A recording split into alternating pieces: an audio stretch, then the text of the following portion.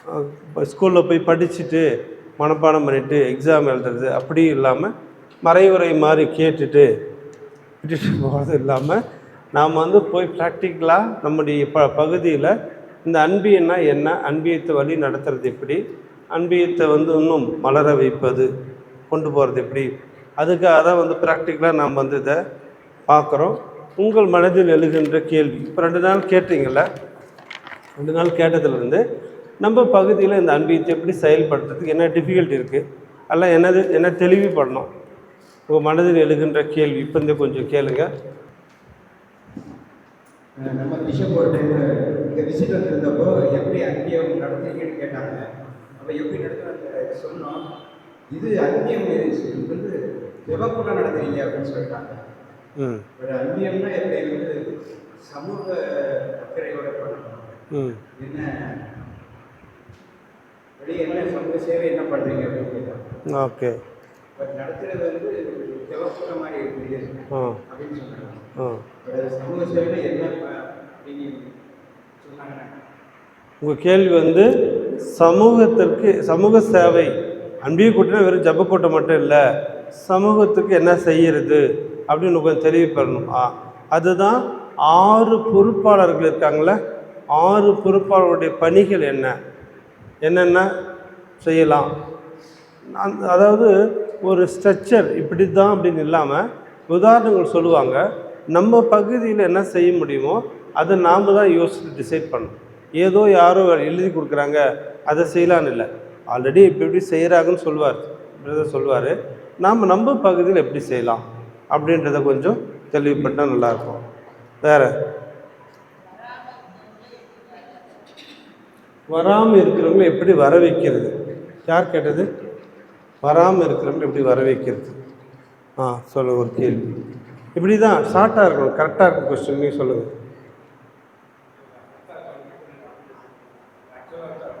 எப்படி நீங்கள் நினச்ச கொஸ்டின் அவங்க சொல்லிட்டாங்க. எல்லாருக்கும் அதே கேள்வி தான். வாங்க.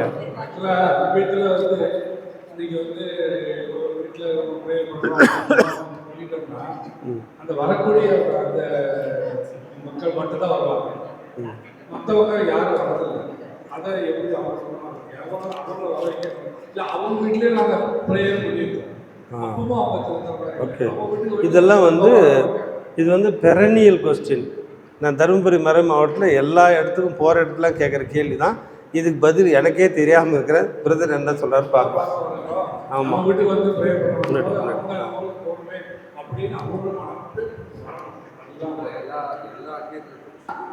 எல்லா அன்பியத்திலும் அந்த இல்லை, இங்கே அன்பியத்தில் மட்டும் இல்லை, தருமபுரி மறை மாவட்டத்தில் அந்த கொஸ்டின் இருக்குது. வராதவங்களை என்ன செய்யலாம். அடுத்தது சரி விடுங்க அந்த கொஸ்டின் விடுங்க, அதுக்கு பதில் என்னன்னு அப்புறம் பார்க்கலாம். வேறு புதுசாக தம்பதி அதான் அவருடைய பொறுப்புகள், வேறு பணி என்ன, அந்த 6 பொறுப்போடைய பணியும் சொல்ல போகிறாரு. அவர் சொல்கிறது நம்ம வந்து எழுதி வச்சுக்குவோம், அதுக்கு மேலே நம்ம பகுதிக்கு இது பண்ணிக்குவோம்.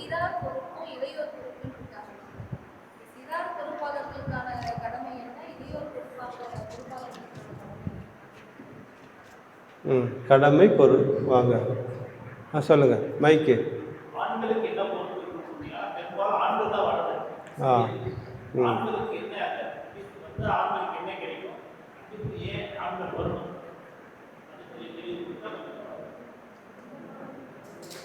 இந்த கேள்விக்கு பதில் அன்பியத்துக்கு ஏன் ஆண்கள் வரணும் அப்படின்னா எப்படிங்குது? அன்பிய வர மாட்டேன்னுங்கிறான்னு தெரியும். வரணும்னா சர்ச்சு தொடக்கத்திலே சொல்லிட்டாரு, அன்பின்றது வந்து ஏதோ ஒரு விருப்பப்பட்டு வர்றது கிடையாது. நல்லா புரிஞ்சுக்கோங்க. அன்பின்றது வந்து வந்தால் வரலாம் போகலாம் அப்படின்றது கிடையாது. ஒரு உறுப்பினர் அந்த பகுதியில் ஒரு எல்லைக்குள்ளே எப்படி டிவைன் நகர் பங்கை சார்ந்தவங்க எல்லாம் வந்து பங்கு மக்களோ, அதே மாதிரி அன்பியத்தின் எல்லையில் இருக்கிற எல்லாருமே அந்த அன்பியத்தை சார்ந்தவங்க. ஏன் வரணுன்ற கேள்விக்கெல்லாம் இடையில கட்டாயம் வரணும். வர்றதுக்கு என்ன செய்யலான்றது நம்ம கேட்கலாம், பேசலாம். ஒரு இருங்க, அடுத்தது சொல்லுங்கள்.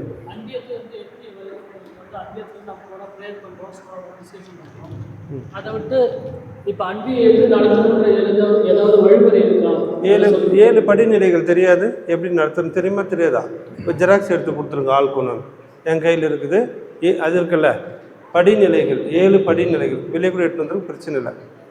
இதுதான் 1B நடத்துகிற முறை. இப்படி தான். அது எதுக்குன்னு சொன்னால், இப்போ எப்படி நான் பூசை வைக்கிறதுக்கு புத்தகம் இருக்குதோ அந்த மாதிரி. ஆனால் அது வந்து மாற்றக்கூடாது. இது மாற்றத்துக்கு உட்பட்டது. இதை பேஸ் பண்ணி கடவுளுடைய பிரசனத்தை எப்படி உள்வாங்கிறது, இறை வார்த்தை எப்படி நாம் சிந்திக்கிறது, இந்த இறை வார்த்தை எப்படி செயல்படுத்துறது. இது யாரை கேட்டிங்களா செயல்பாடு அப்படின்ட்டு. இறை வார்த்தை செயல்படுத்துறது தான் சோசியல், அது சமூக பணி. அது நாட் ஒன்லி கிறிஸ்துவ மக்களுக்கு மட்டும் இல்லை, அந்த பகுதியில் இருக்கிற எல்லா மக்களுக்கும் நம்ம செய்யணும். இறை வார்த்தை ஏதோ வாசித்தோம், 3 முறை வாசித்தோம், நம்ம சொல்லணும், சொல்லி முடிச்சிட்டோம், விளக்கம் சொன்னோம், அதுவும் வந்து ஐயோ விளக்கம் சொல்லும் போது பயப்படுறாங்க அப்படிலாம் இல்லை. தெரிஞ்சு சொல்லி அதை போய் நம்ம வந்து செயல்படுத்துறது தான் அது. ஆனால் ஒவ்வொன்றுக்கும் நம்ம வந்து யோசித்து தான் சார் அந்த பகுதிக்கு தகுந்த மாதிரி. சரியா? 7 படிநிலைகள். சொல்லுங்கள் கரடி சார், சொல்லுங்கள். எது தேவையில்லை? கரெக்டு. உட்காருங்க. அன்பியம் தேவையில்லைன்றதுக்கு ஒரு காரணமே இல்லை. அன்பியன்றது வந்து கத்தோலிக்க திருச்சபையில் ஒரு அங்கமாக வந்துருச்சு. மறை மாவட்ட ஆயரால் உருவாக்கப்பட்டது. இப்போ டிவைன் நகர் பங்கு தேவையில்லைன்னு யாரும் சொல்லுவீங்களா? இல்லை சொல்கிறாங்கன்னா யாரும் ஒருத்தர் சொல்கிறதெல்லாம் இல்லை. ஒருத்தர் உங்கள் அன்பியத்தில் இருக்கிறவங்களா அது தெளிவு இல்லாமல் இருக்கான்னு அர்த்தம். ஏன்னு சொன்னால் இது ஒரு குழுவாக, இப்போ ஒரு குடும்பம் வேணான்னு சொல்ல முடியாதுல்ல. குடும்பம் என்னுடைய ஃபேமிலி வேணாம் அப்படின்னு சொல்ல முடியாதுல்ல.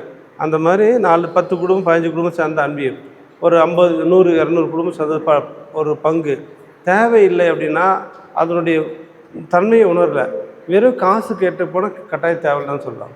காசு மட்டும் இல்லை, ஏதாவது ஒரு வேலை மட்டும் அப்படின்னு சொன்னால் என்னடா அது அப்படின்னு கேட்பாங்க. அதனுடைய தன்மை, அது டெப்த்துன்னு சொல்லுவாங்கள்ல. அன்பியத்தின் செயல்பாடுகள் 4 பேருக்கு உதவி செய்து போகிறோன்னு யாரும் தேவையில்லைன்னு சொல்லுவாங்களா? ஸோ நம்முடைய செயல்பாட்டில் தான் இருக்குது இந்த கான்செப்ட்டு. நம்ம எடுத்தணும். அன்பியும் வந்து திருச்சபை உருவாக்கும்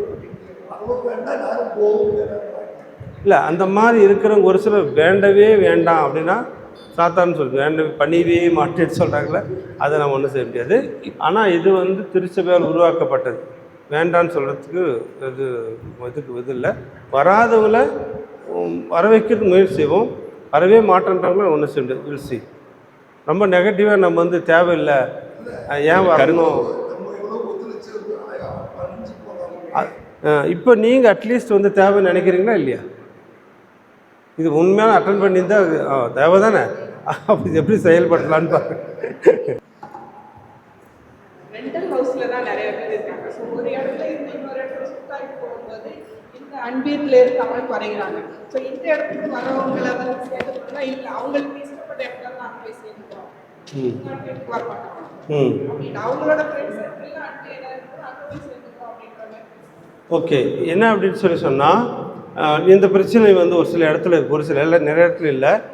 ஒரு இடத்துல இருந்து இன்னொரு இடத்துக்கு போயிட்டாங்க, நம்ம போன இடத்துலேயே அந்த அன்பியத்துக்கு போகணுன்னு ஆசைப்பட்றாங்க அப்படின்னு சொன்னால் 6 மாதம் டைம் கொடுப்போம். ஏன்னு சொன்னால் இங்கே இருக்கிற சூழ்நிலை, மீண்டும் ரெட்டலஸ் வந்து அதே இடத்துக்கு போகிறாங்களா அப்படின்ட்டு மக்களோட பழகி அது வரையும் நம்ம வந்து டைம் கொடுப்போம். அதே மாதிரி தான் பங்கும் கூட.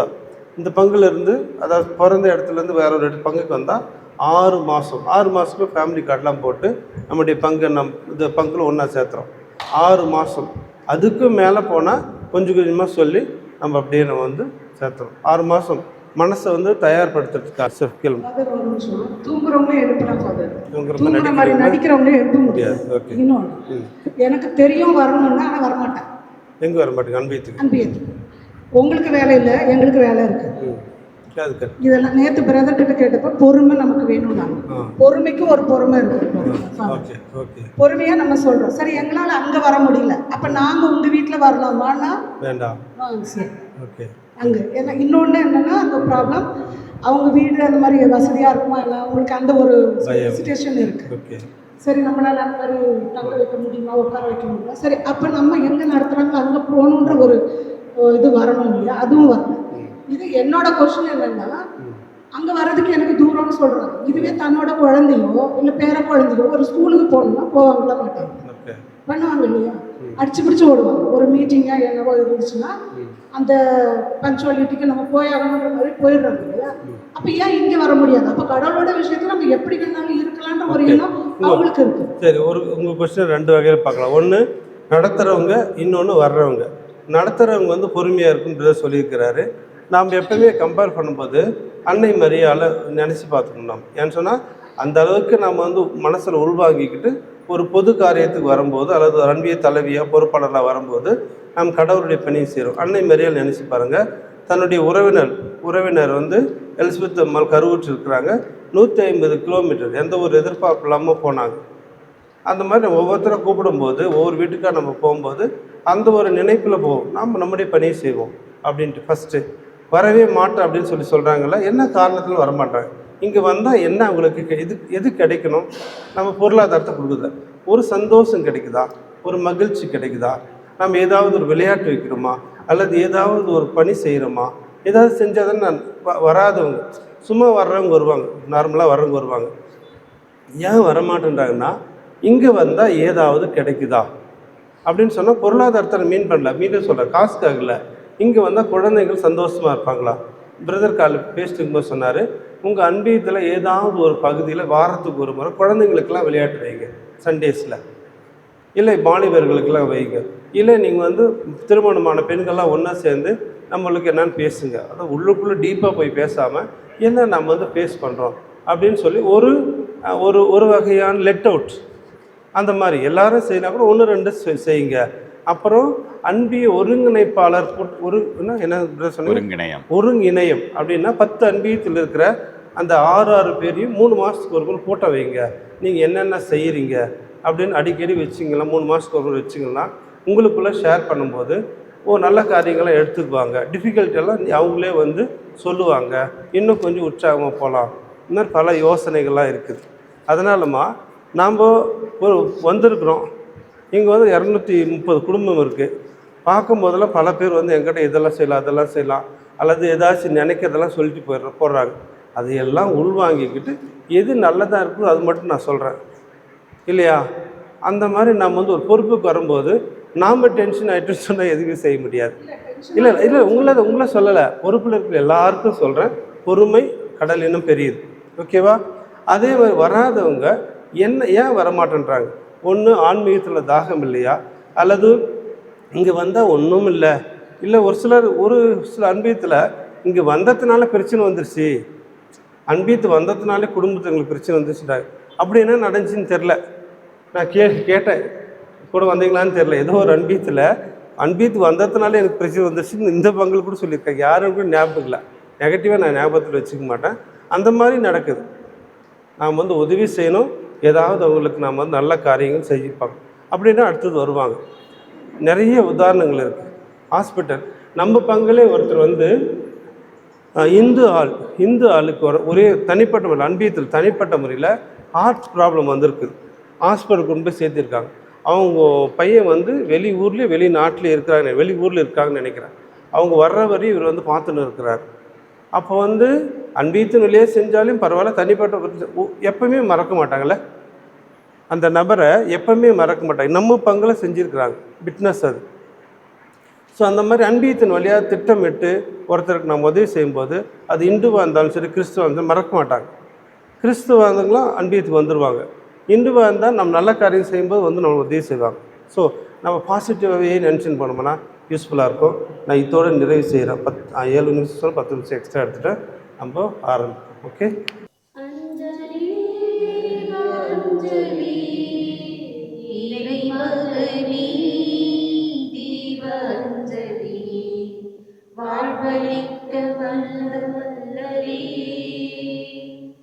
இறை மக்கள் யாமளிக்கும் ஆராதனை ஆராதனை ஆராதனை. அஞ்சலி அஞ்சலி இறை மகனே அஞ்சலி. வாழ்வழிக்கும் வந்த வல்லலே இறை மக்கள் யாமளிக்கும் ஆராதனை ஆராதனை ஆராதனை. அஞ்சலி மகனே மலரஞ்சலி. வாழ்வழிக்கும் வல்லரே. இறை மக்கள் யாமளிக்கும் ஆராதனை ஆராதனை ஆராதனை. அப்படியே பணிந்து கரங்களை நீட்டி தொடுவதாக உணர்ந்து நம்முடைய கண்களில் வெற்றிக்கொள்வோம். வணக்கம். மகிழ்ச்சியாக இருக்குது. தேர்ந்து கொண்டோர், அழைக்கப்பட்டோர் பலர், அழைப்பு பெற்றோர் பலர். ஆனால் வருகை தந்தவர்கள் நேற்றும் இன்றும் 26 வந்துட்டாங்கன்னு நினைக்கிறேன். அப்படிதானா? வந்துட்டாங்க இல்லை? நேற்று முன்தினம். ஓகே, மீண்டும் உங்களை மனதார வாழ்த்துகிறேன். அப்போ 2 நாளும் இப்போ நீங்கள் கேட்ட கேள்விக்கு எல்லாம் 2 நாளும் பதில் கொஞ்சம் கொஞ்சமாக நான் சொல்லியிருக்கிறேன். அவங்களே எடுத்து சொன்னாங்க. பொறுமை, இதுக்கு மேல் பொறுமைக்கு ஒரு பொறுமை உண்டு இல்லையான்னு கேட்டாங்க இல்லையா? நிறைய சொல்லியிருக்கிறேன். பொருள் கஷ்டப்படுகிறவர்களுக்கு என்ன செய்யணும்னு கேட்டிருக்கிறீங்க. ஜபக்கூட்டம் அல்ல, ஆயர் சொன்னதா சொல்லியிருக்கிறீங்க. இப்போ பார்த்த பொறுப்பாளர் பணிகள் என்ன, வராமல் இருக்கிறவங்க என்ன செய்கிறது, இதெல்லாம் பார்த்தீங்கன்னா ஒரு சாதா எல்லா இடமும் உள்ள கேள்வி தான். எல்லா இடமும் உள்ள கேள்வி தான். இப்போ இந்த இடத்துல நான் ஏன் வரணும், நான் ஏன் வரணும், ஒரு 2 பேர் பயந்துக்கிடுங்க. நான் ஏன் வருகிறேன் சொல்லுங்களேன். நான் ஏன் வருகிறேன்? அன்பே கூட்டங்களுக்கு நான் ஒழுங்க போகிறேன். யார்? 2 பேர், உங்கள 2 பேர். நான் ஏன் வருகிறேன்? சரி, அடுத்த கொடுத்தலாம். நான் ஏன் வருகிறேன்? நம்ம அன்பியத்தில் உள்ளவரே, நம்ம சுற்றுவட்டமாக இருக்கிற எல்லாவரையும் ஆழமாக அறிந்து கொள்ள, அவருடைய சூழ்நிலை பற்றி அறிந்து கொள்வதற்காக வருகிறேன். சரி, நீங்க சொல்லுங்க. கூடி ஜெபிப்பதில் ஒரு ஆர்வம். கூடி ஜெபிப்பதில் ஆர்வம். வேற யாராவது இன்னும்? நான் ஏன் வருகிறேன்? நான் ஏன் வருகிறேன்? அன்பியத்துக்கு வரும்போது ஒரு குடும்பத்தை பற்றி நம்ம தெரிஞ்சுக்கலாம். அவங்களுக்காக ஜப உதவி தேவைப்பட்ட ஜபம் செய்யலாம். மற்றவங்களுக்காக ஜபம் செய்யும்போது நம்ம மனசுக்கு நிறைவாக இருக்கும். ஒரு உறவுக்காக வர்றீங்க. சரி, வெரி குட்.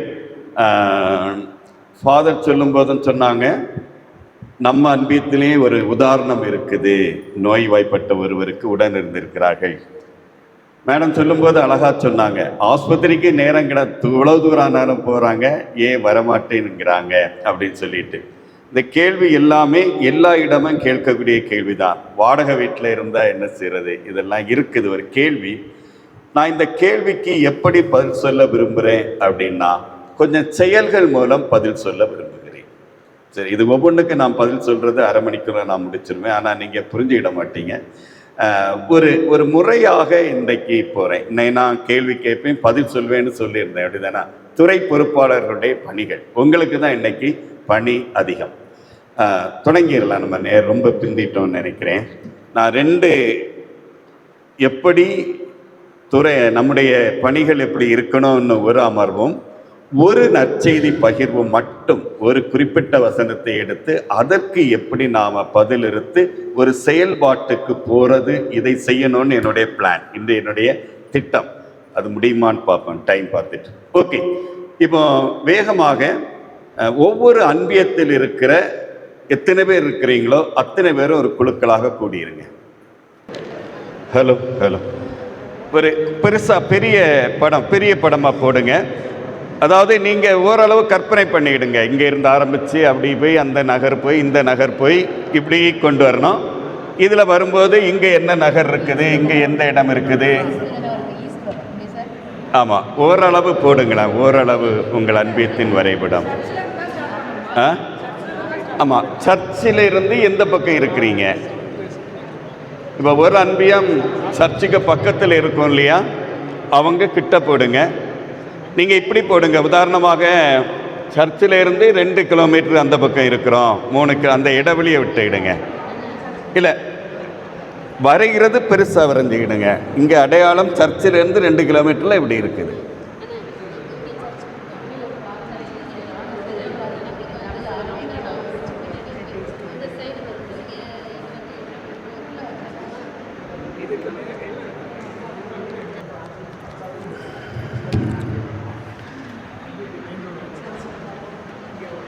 அவுட்லைன் மட்டும் இங்கே பாருங்க, அப்படி ஒரு அவுட்லைன் மட்டும் போடுங்க.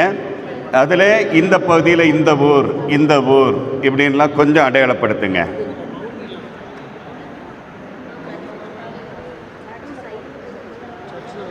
ஆலயத்திலிருந்து எவ்வளவு தூரம்னு குறிப்பிட்டுக்கிடுங்க. ஆலயத்திலிருந்து எவ்வளவு தூரம் ஒரு குறிப்பு வச்சா போதும். ஆலயத்தின் வலது புறமா, கிழக்கு புறமா, மேற்கு புறமா, தெற்கு புறமா, வடக்கு புறமா, இங்கே கோடெல்லாம் போடாதுங்க, டைம் இல்லை. இது 3 மணிக்கு நடத்தக்கூடிய ஒரு எக்ஸசைஸ். ஓகே, ஒரு நிமிஷங்க தாங்க, உங்களுக்கு தெரிஞ்சதுனால. இங்கே பாருங்க பிரதர், ஏற்கனவே தெரிஞ்சிருக்கு மற்ற. இங்கே பாருங்க, இது அவங்க பாதைகள் இன்னும் கொஞ்சம் விஷயங்களை அப்படி போட்டுட்டாங்க. இந்த சூழ்நிலையில எங்க அன்பை இருக்குது. சரியா சார்? Very good. தனியாரும் செய்கிறீங்க, பாராட்டுக்கள். ஒரு இயேசுநாதர் தான் வந்தார், வேற யாரும் வரல. ஒரு அன்னை தெரேசா தான் வந்தாங்க. தைரியமாக செய்யுங்க. ஓகே, இதற்கான நேரம் முடிந்தது. சரி, ஓகே. இப்போ உங்கள் பகுதியில் தொழில் வளர்ச்சிக்கான ஆதாரங்கள் இருக்குதா? வளங்கள், ஒரு ஃபேக்ட்ரி அல்லது சந்தை, புரியுதா? சந்தை, ஃபேக்ட்ரி, பள்ளிக்கூடம். அந்த இடத்துல பள்ளிக்கூடம் போட்டுட்டு எஸ் போடுங்க. ஸ்கூல், மார்க்கெட் எம் போடுங்க. அப்படி போடுங்க. அந்த இடத்துல என்ன வளங்கள் இருக்குது? மார்க்கெட் இருக்கலாம், கோர்ட் இருக்கலாம், போலீஸ் ஸ்டேஷன் இருக்கலாம், ஃபேக்ட்ரி இருக்கலாம், ஃபேக்ட்ரியெல்லாம் இருக்கலாம். ஆனால் நீங்கள் போடும்போது தயவு செய்து உதாரணமாக எங்கள் அன்பியத்தில் இந்த பகுதியில் போலீஸ் ஸ்டேஷன் இருக்குது, இங்கே ரயில்வே ஸ்டேஷன் இருக்குது, இங்கே பள்ளிக்கூடம் இருக்குது, சும்மா அவ்வளோத்தையும் போடுங்க. நல்ல பெருசாகவே போடுங்க. நல்ல இடம் விட்டு போடுங்க. ஒரு சார்ட்டு ஃபுல்லாக போடணும். நிறைய பேர் அதை செய்யலை. ஓகே, மொத்தம் எத்தனை வீடுகள்? வீடுகளுக்கு இங்க பாருங்க, ஒரு வீடு ஒரு அடுக்கு மாடியில் இருக்கிறாங்கன்னா இப்படி போடுங்க. மாடி வீடுன்னா இப்படி போட்டுருங்க. ஒரு சிறிய வீடுன்னா இப்படி ஒரு அடையாளம் போடுங்க. எத்தனை வீடுன்னு எழுதிடுங்க. மொத்தம் எத்தனை குடும்பங்கள்? அது 15 இருக்கலாம், 20 இருக்கலாம், 12 இருக்கலாம். அதில் எத்தனை பேர் இங்கே இருக்கிறாங்க, இங்கே எத்தனை பேர், இங்கே எத்தனை பேர்? புரியுதா? கவனிக்கிறீங்களா? வாடகை அடுக்குமாடியில் மொத்தம் எத்தனை பேர்? மொத்தம் எத்தனை பேர்? எத்தனை குடும்பங்கள்? அடுக்குமாடியில் எத்தனை பேர்? மாடி வீடு எத்தனை பேர்? சாதா வீட்டில் எத்தனை பேர்? சின்ன அடையாளம். உங்க அன்பியம், உங்க அன்பியத்துக்கு மட்டும் போடுங்க. எத்தனை பேர் சொந்தமாக சொந்த வீட்டில் இருக்கிறாங்க? எத்தனை பேர் வாடகை வீட்டில் இருக்கிறாங்க? சொந்தமாக எத்தனை பேருக்கு வீடு? தனியாக எழுதுங்க. அது எங்கள் அன்பியத்தில் சொந்த நிலம் உள்ளவர்கள், வீட்டோடு சொந்தமாக உரிமையாளர்கள், வாடகை, நிலமற்றோர், நிலமற்றோர் 3 குறிப்பு எழுதுங்க. சொந்தமாக சொந்த நிலத்தில் இருக்கிறாங்க, வாடகைக்கு இருக்கிறாங்க, அந்த சொந்தமாக இருக்கிறவங்க, நிரந்தரமாக இருக்கிறவங்க. அந்த மொத்த குடும்பங்கள் எழுதிட்டீங்க இல்லையா? கொஞ்சம் பெருசாக எடுத்து எழுதுங்க. சொந்த நிலம். சரி, இப்போ 3வது முக்கியமானது,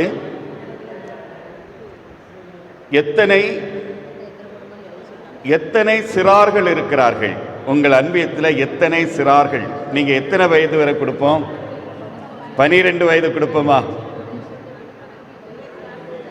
அல்ல குழந்தைகள் சிறார்கள்?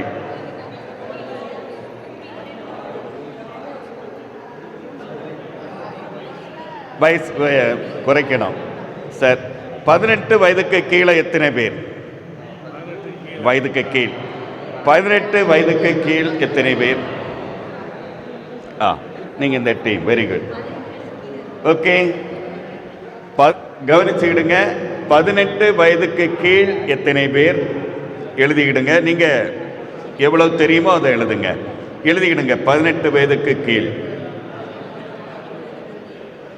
18 வயதிலிருந்து 35 வயது வரை திருமணம் ஆகாதவர்கள்.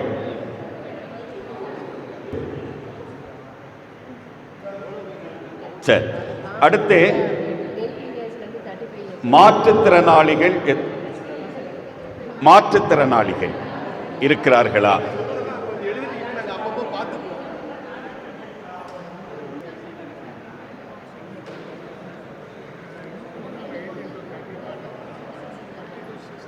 வாங்க. உங்கள் அன்பியத்தில் இருக்கின்ற பிற மதத்தை, இனத்தை, மொழியை சார்ந்த மற்றவர்கள், ரோமன் கத்தோலிக்கத்தை தவிர மற்றவர்கள் உங்கள் அன்பியத்துக்குள் சுமார் எத்தனை பேர் இருக்கிறார்கள்? சுமார் ஒரு உத்தேசம். நீங்க அந்த அன்பியத்தில் சுற்றி சுற்றி வரும்போது ஓரளவு பார்ப்பீங்க தானே? ஓரளவு பார்ப்பீங்க தானே? சரி, முயற்சி பண்ணுங்களேன். ஓரளவு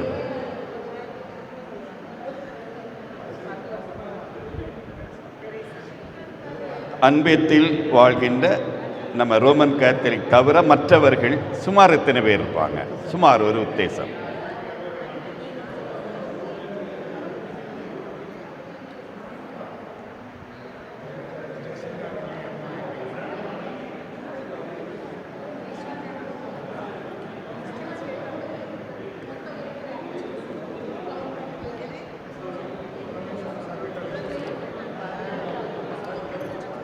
ஓகே,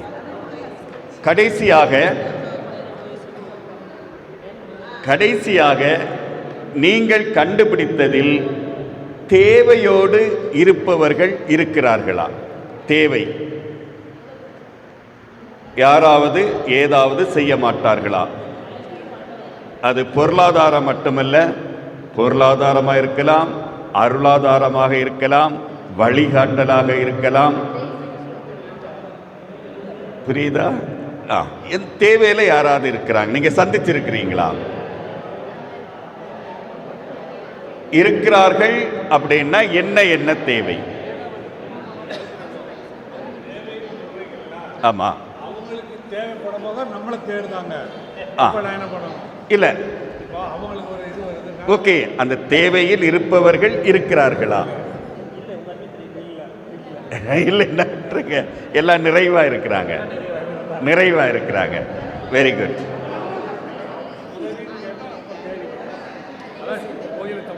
அப்படின்னா உதவியில் இருக்கிறாங்க. சாரி, சொல்லுங்க. வேற மதத்தவர்களாகவும் இருக்கலாம். நீங்க விரும்பினால் வேறு மதத்தவர்களாகவும் இருக்கலாம்.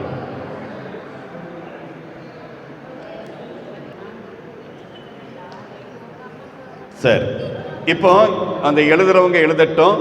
சாட்டெல்லாம் அப்படியே அடிக்க இந்த இதில் வச்சிருங்க. இப்போ இறைவேண்டல் பொறுப்பாளர், அன்பிய பொறுப்பாளர், சிறார், இளையோர், தம்பதியர், முதியோர் பொறுப்பாளர்கள் யாரெல்லாம் இருக்கிறீங்களோ அவங்க தனித்தனியாக பிரியுங்க. சேர்லே உட்கார்ந்துக்கிடுங்க.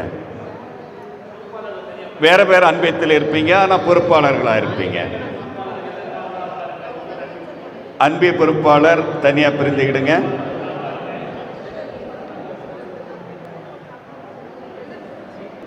இப்போ ஒரே ஒரு கேள்வி நீங்க பேச போறீங்க. 10 நிமிஷம் பேச போறீங்க. 10 நிமிஷம் கிடையாது. சரி, ஒரு 7 நிமிடம் எப்படின்னு ஒரே ஒரு கேள்வி.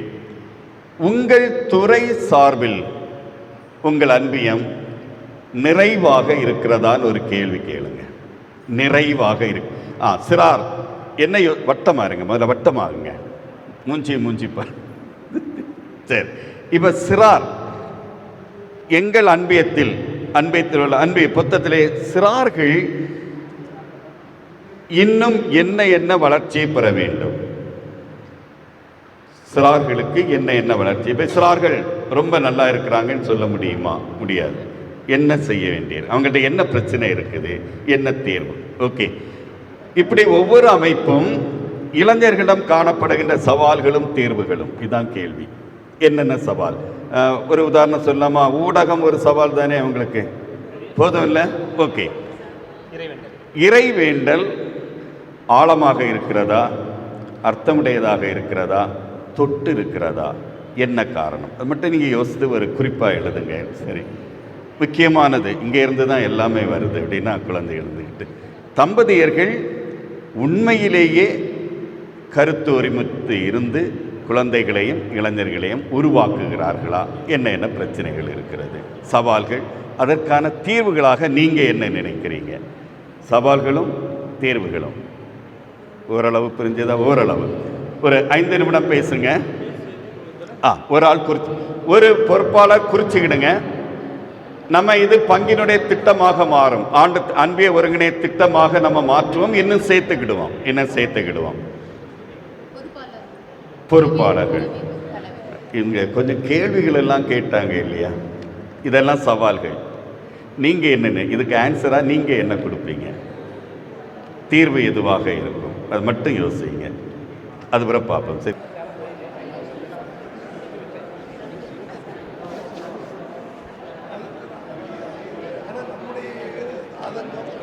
Very good. ஓரளவு முடிச்சிட்டீங்க, கொஞ்சம் வேற பேச ஆரம்பிச்சிட்டீங்க. Very good. இப்போ நீங்க அப்படியே உட்கார்ந்துக்கிடுங்க. அந்த இறைவேண்டல் குழு லைன் அங்கே உட்காருங்க. அடுத்தது தம்பதியர் குழு அப்படியே உட்காருங்க. அவங்க இறைவேண்டல் தானே. அன்பிய பொறுப்பாளர்கள் அப்படியே உட்காருங்க. ஒட்டி நீங்கள் உட்காருங்க. அடுத்து நீங்கள் இங்கே பார்த்து உட்காருங்க. நேராக உட்காருங்க. நீங்கள் அங்கே உட்காருங்க. இவங்க எங்கே? நீங்கள் இதிலே உட்காந்துருங்க. இப்படியே உட்காந்துருங்க. எனக்கு இந்த போர்டில் எழுதுறதுக்கு ஒருவர் உதவி செய்யுங்களா? நீங்கள் எழுதுவீங்க இல்லை? ஓகே, ஆமாம், நீங்கள் தான், உங்களுக்கு தான் சரி அந்த போர்டு. Very good. எனக்கு ஒரு சின்ன ஒரு கைதட்டு நான் சொல்லணும். எப்போ சொல்லும்போது நம்முடைய ஒளிப்பட கருவி இயக்குனர் நேற்று முதல்ல நாளும் கவனித்தேன். நான் எதையாவது திணறுனா அது என்னன்னு உணர்ந்து உடனே கொண்டு வந்து வச்சிடுறாங்க. இப்போ கொஞ்சம் துணி எடுத்து வச்சுக்கிட்டு கொஞ்சம் தண்ணி தேவைப்பட்டால் கொள்ளலாம் அழிக்கணும்னு நான் அப்படியே திணறும் போதே அவங்க எனக்கு அங்கே வழிகாட்டினாங்க, தண்ணி இருக்குன்னு. நான் கஷ்டப்பட்டு அழிக்கிறத பார்த்து வந்து அழித்தாங்க. இதுதான் மென்மையான மனித குணம். ஒரு கைதட்டு கொடுங்களா அவங்களுக்கு? சரி, நம்ம கொஞ்ச நேரம் தான் இருக்குது. முதலில் நாம் சிறார்களை கூப்பிடுவோம். சிறாரில் அந்த குறிப்பு எழுதினவங்க வாங்க, வந்து ஒவ்வொன்றாக வாசிங்க. அல்லது அங்கே இருந்து வாசிக்கிறீங்களான்னு அங்கேயும் வாசிக்கலாம். நீங்கள் ஒவ்வொரு பாயிண்டாக எழுதுங்க. என்ன சிறார்னு போட்டுக்கிடுங்க. ஓகே,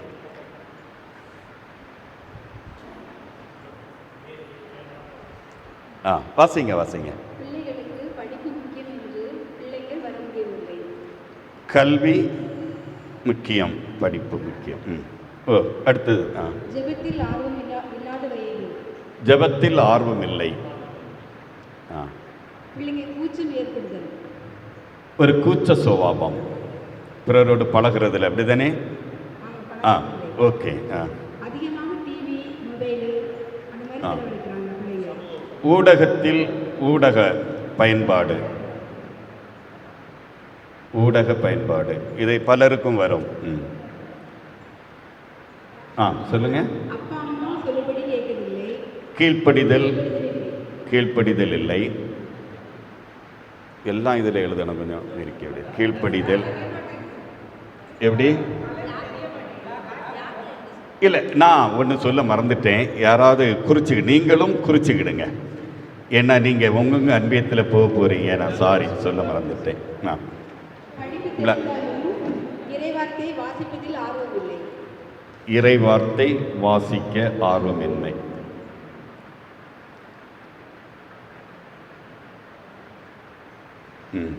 பெரியவர்களுக்கு மரியாதை கொடுக்க தெரியவில்லை. மரியாதை கொடுப்பது ஒபீடியண்டா? ஓகே. பிள்ளைகள் சிறு தவறுகளை மறைத்தல். சிறு குற்றங்களை, தவறுகளை மறைக்க முயற்சிக்கிறாங்க. ஓகே, உட்காருங்க. பரவாயில்ல சார், உட்கார்ந்துக்கிடுங்க. ஓகே, இந்த குழுவுக்கு ஒரு கைதட்டு கொடுத்துக்கிடுங்க. ஓகே, இருக்கட்டும், நம்ம பார்ப்போம். அடுத்தது இளையோர் வாங்க. Very good. ஒரு செகண்ட், 2 செகண்ட் அங்கே நின்றுக்கிடுங்க, வாசிக்க வேண்டாம். இப்போ மற்றவங்க இன்னும் ஒரு சில இருக்குன்னு நீங்கள் நினைச்சா சொல்லலாம். 2 பாயிண்ட்டுக்கு டைம் இருக்குது, 10 பாயிண்ட் எடுப்போம். இதை விட சிறார்களிடம் இன்னும் ஏதாவது காணப்படுகிறதா சவால்கள், சிக்கல்கள்? அதோ சொன்னீங்க.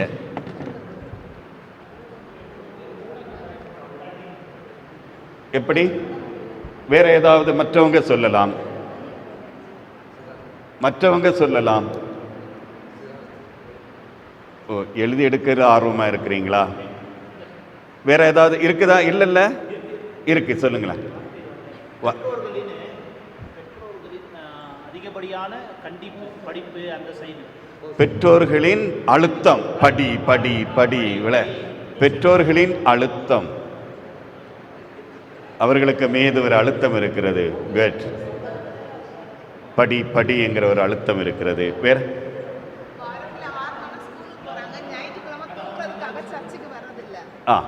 அதாவது இந்த படி என்பதுதான் 6 நாளும் ஸ்கூல், 7ஆம் நாள் டியூஷன் போகிறதுனால எங்கே போகிறதுன்னே தெரியல இல்லையா? சுமை, ஓவர்லோடுன்னு வைப்போமா, குழந்தைகள் மீது அதிக சுமை. சண்டே டியூஷன், அது வச்சுக்கலாம். ஓகே, சுமைகள் டியூஷன் அப்படின்னு எழுதிடுங்க. ஆஹா, வெரி குட், வெரி குட். உணவு பழக்க விளக்கம், உணவு பழக்க விளக்கம். இப்போ சிக்கல் என்னன்னா 2 போர்டு கூட வேணுமே. இருக்கா? எடுத்துடுறீங்களா? எடுத்துறீங்க. Very good. சரி, இங்கே ஒரு பாதியை பிரிச்சிடுங்க. இந்த இதை இங்கே எழுதிடுங்க. இளையோர், இளையோர் பொறுப்பாளர். ஓகே,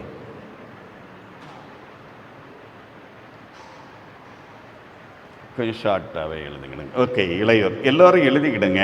பென் பேப்பர் இருக்கிறவங்க எழுதுங்க.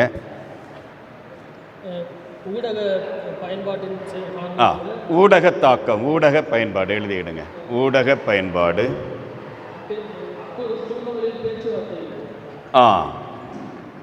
பெற்றோரோடு உறவு இல்லை, குறைவு.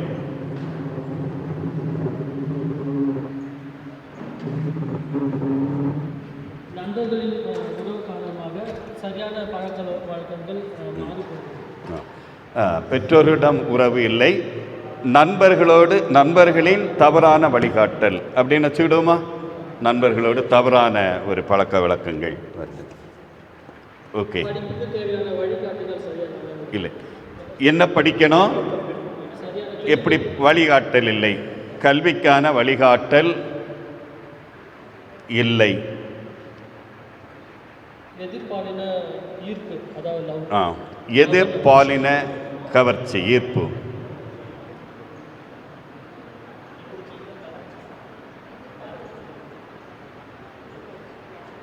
பெற்றோரின் ஆசைகளை பிள்ளைகள் நிறைவேற்ற வேண்டும் என்று அவர்கள் மேல் பெற்றோர்கள் தங்கள் ஆசைகளை சுமத்துகிறார்கள். நீ டாக்டராக தான் போகணும், என்ஜினியராக தான் போகணும், நீ ஃபாரின் போகணும், நீ அப்படி, நீ இப்படி.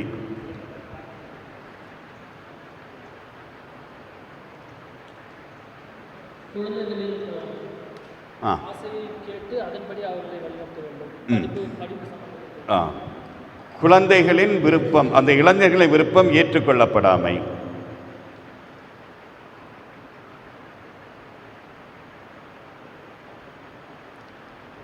ஏற்றுக்கொள்ளப்படாமை. பெற்றோர் வந்து குழந்தைகளை வந்து பாசமாக அவர்கள் ஒரு சரியான அன்பு, வளர்ந்தாச்சில்லான்னு விட்டுருவாங்க. ஆனால் சில பெற்றோர் வளர்ந்தாலும் அப்படியே கட்டிப்பிடிச்சு முத்தையெல்லாம் கொடுப்பாங்க, தோளில் கை போட்டுக்கிடுவாங்க. சிலர் போகிறத பார்த்தா ஆச்சரியமாக இருக்கும். சிலர் தள்ளி போன ஆண்களுக்கு இது கொஞ்சம் அதிகமாக இருக்கும், அப்படிதானே? ஆண் பிள்ளைகளுக்கு பெற்றோரின் பாசம், அன்பு இல்லை, குறைவு அப்படின்னு, இல்லைன்னு இல்லை, குறைவு உணர்றாங்க. அவங்க கேட்கறதெல்லாம் வாங்கி கொடுக்க ஒரு பெற்றோர் கேட்டால் வாங்கி கொடுக்கணும். பெற்றோர் தருபவர்களாக இருக்கிறாங்க. அது வந்து குறைச்சிக்கணும். அவங்களுக்கு இப்போ வந்து வீட்டில் வந்து காசு இருக்குன்றதா எதுவுமே குடும்ப சூழ்நிலையை உணர்ந்து கொள்ளாமை, சூழல், குடும்பத்தினுடைய வருமானம் எல்லாம். விளையாட்டு, அதை பற்றியெல்லாம் விளையாட்டில் கலை விளையாட்டில் வந்து அவங்க இருக்காங்கன்னா ஃபேமிலியாக சேர்ந்து விளையாடலாம். அது மாதிரி பண்ணலாம். அது சொல்யூஷன். விளையாட்டுக்கான சூழல்கள் உருவாக்க வேண்டும். அது இன்டோராக இருக்கலாம், அவுட்டோராக இருக்கலாம். பொதுவே இளைஞர்கள் கலைகளில் கொஞ்சம் ஆர்வம் உள்ளவங்களாக இருப்பாங்க. அப்படிதானா? சிலர் எல்லாம் நடனம், பாடல்கள், நாடகம், சில ஒருங்கிணைக்கிறது. அவர்களின் கலை ஆர்வத்திற்கு வாய்ப்பு கொடுத்தல். எனக்கு ஆச்சரியமாக இருந்தது. நான் கேட்டேன், இத்தனை மைக்கு எங்கடா வேணும் அப்படி. நான் அந்த மலங்கரை சங்கமம்னு ஒரு நிகழ்ச்சி நடந்து 100 பிள்ளைகளை விட்டு பாட்டு சொல்லி கொடுத்துருந்தாங்க. நான் சும்மா டைரக்ட் பண்ணேன். அப்போ தான் இவ்வளோ மைக் அடுக்கி வச்சுருந்தேன். அவள் தான் ஃபாதர்கிட்ட கேட்டேன், 40 பேர்கிட்ட கோயிலில் இருக்கிறீங்களாவே, ஒரு ஞாயிற்றுக்கிழமை வர வேண்டியதான் இதை பார்க்குறதுக்கு. Very good. வேற ஜெபத்தில் ஆர்வமின்மை.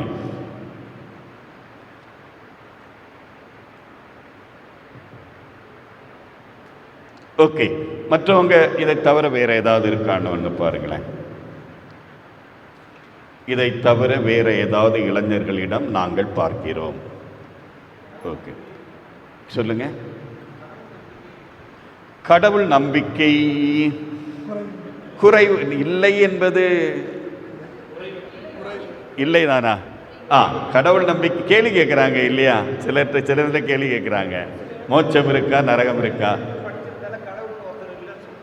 கடவுள் இல்லை என்று சொல்லக்கூடிய கடவுள் இல்லை என்று சொல்லும் நிலை என்ன? இப்போ AI எல்லாம் வந்த பிறகு யாரும் தேவையில்லாத ஒரு சூழல் வந்துட்டு இருக்குது. Okay, very good. அந்த குழுவினருக்கு ஒரு கைத்தட்டு கொடுத்துருங்க. அந்த டீம் கைதட்டுங்க, நல்லது குளிர் நேரத்தில். Very good. நம்ம இங்கே அடுத்தது பார்ப்போம். தம்பதியர் பொறுப்பாளர் வாங்க.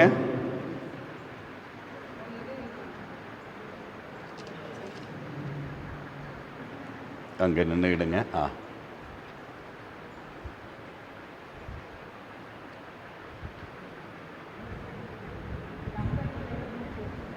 கொஞ்சம் ஹலோ.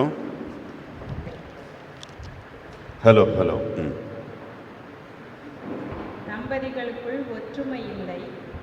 ஒற்றுமையின்மை எழுதட்டும், அவங்க கண்டுபிடிச்சிருப்பாங்க.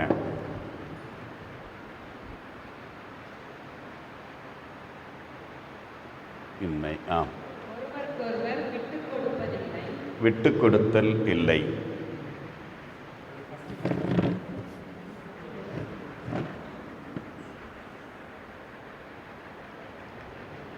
ஒருவர் மேல் ஒருவருக்கு நம்பிக்கை இல்லை.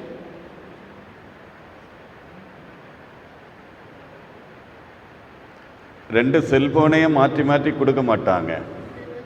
செல்போனை தொட்டாலே அன்னை பிரச்சனை தான்.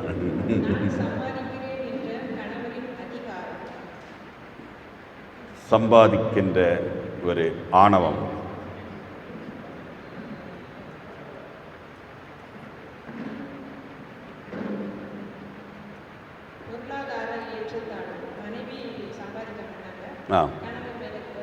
ஓகே, இப்போ அதில் அடங்கிரும்.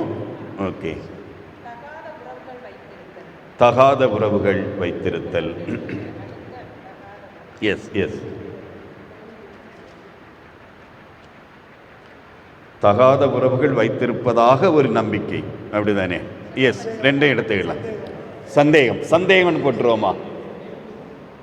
சரி. பிள்ளைகளால் ஏற்படும் மன உளைச்சல்.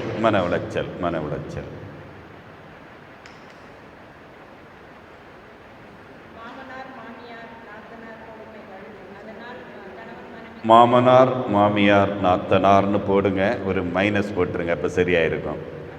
மாமனார் மாமியார் நாத்தனார் மைனஸ் பிளஸ்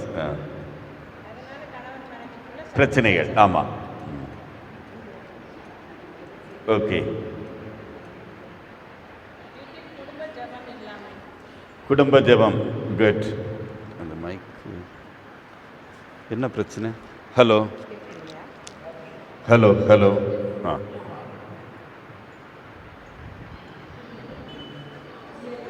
ஒரு நேரமாவது குடும்பத்தினர் அனைவரும் அமர்ந்து ஒன்றாக உணவு உண்ணாத இருக்க. ஒரு நேரமாவது சேர்ந்து உண்ணாமை. ஒரு நேரமாவது சேர்ந்து உண்ணாமை. சார் அப்படின்னா மற்றவங்க எங்கள் ஃப்ரெண்டில் உட்காந்துடுறீங்களா? பார்க்குறதுக்கு பிரச்சனை இல்லைன்னு.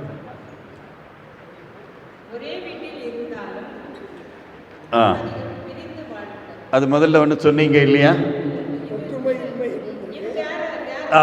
ஒரே எஸ், பிரிந்து இருக்கிறாங்க ஒரே வீட்டில். ஆமாம், தனித்தனியாக இருக்கிறாங்க, ஒரு தொடர்பும் இருக்காது, பேச்சுவார்த்தை இருக்காது. தனித்தனியாக ஒரே வீட்டில் தனித்தனியாக வாழ்தல், தனித்தனி. சரி, உறவில்லை.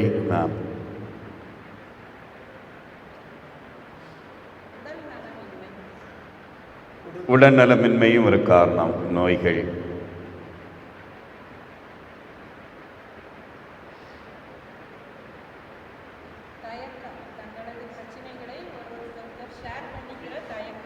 சரி, நம்பிக்கையின்மை, யாரும் நம்ம சொன்னால் அது பெருசாயிருமோ என்கிற ஷேரிங் இல்லை. கரெக்ட். பகிர்தல் அப்படி இருக்கா?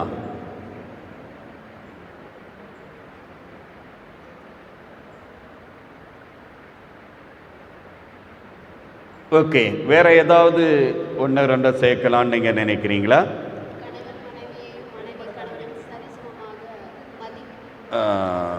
சரிசமமாக மதிக்காமை. சரிசமமாக சொல்லுங்க.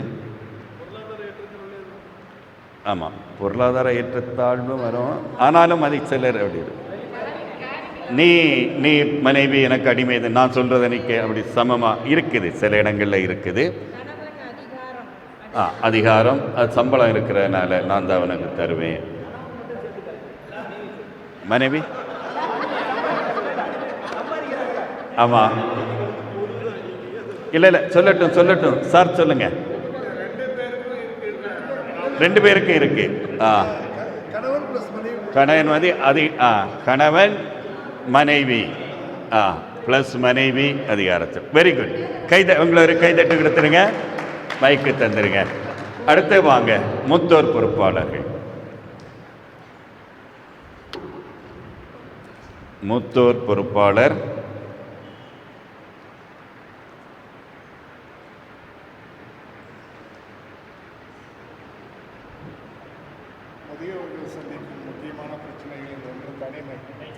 தனிமை.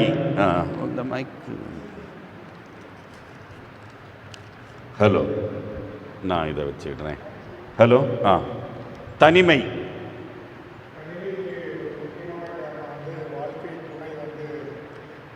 கணவன் பிரித்தல், துணையை பிரிந்திருந்தால் அது ஒரு காரணம். இரத்தல், ஏதோ இரத்தல் அல்லது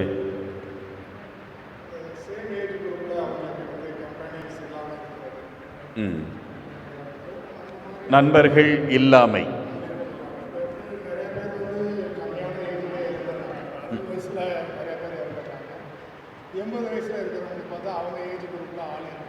இல்லை, அந்த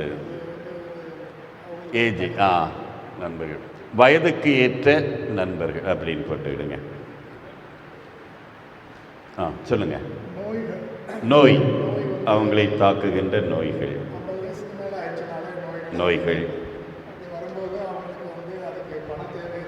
ஆமாம், பொருளாதார தேவை. ஆமாம், மருத்துவ தேவை.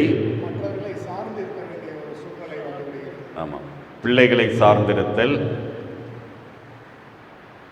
அல்லது பிறரை சார்ந்திருத்தல், அது முக்கியமான ஒன்று. பிள்ளைகள் வெளிநாட்டிலையோ வேற பெரிய பொறுப்பில் இருந்தால் போக முடியாது.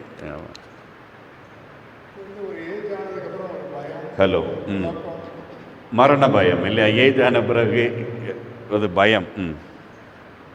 பயம், சில எதிர்பார்ப்புகள், அந்த எதிர்பார்ப்புகள் நிறைவேறாமல் போகும்போது செல்லு கொஞ்சம் இதாகிட்டு.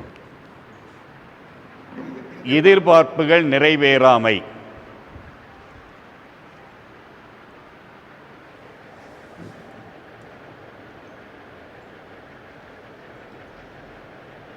அவ்வளோதான்.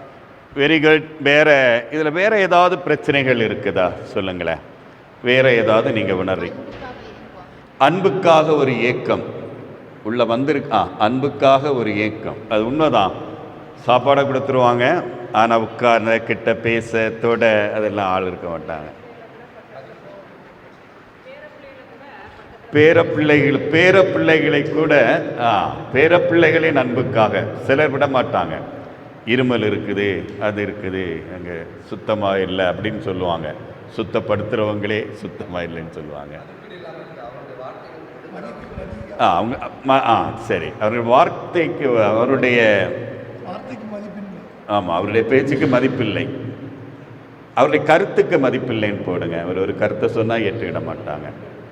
இதெல்லாம் எனக்கு தெரியாதா அப்படின்னு சொல்லுவாங்க. வேற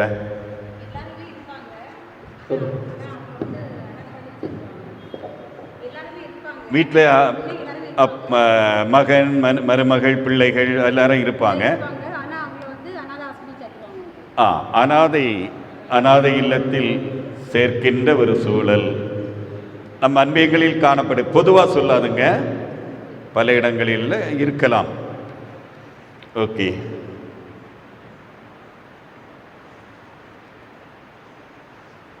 வேற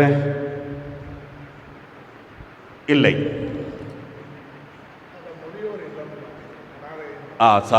சாரி அந்த இல்லம், ஆனால் முதியோர் இல்லம் 11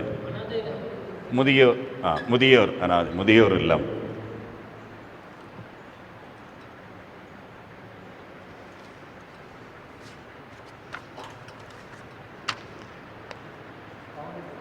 ஓகே, ஏதோ சொன்ன போல இருந்து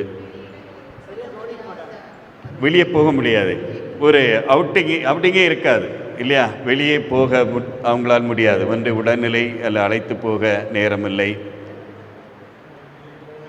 உறவுகளோடு அவங்க தொடர்பு எப்படி இருக்கும்? சொந்தக்காரங்க, அண்ணன் தம்பி சித்தப்பா பெரியப்பா அவங்க எல்லாம் வந்து சந்திப்பாங்களா?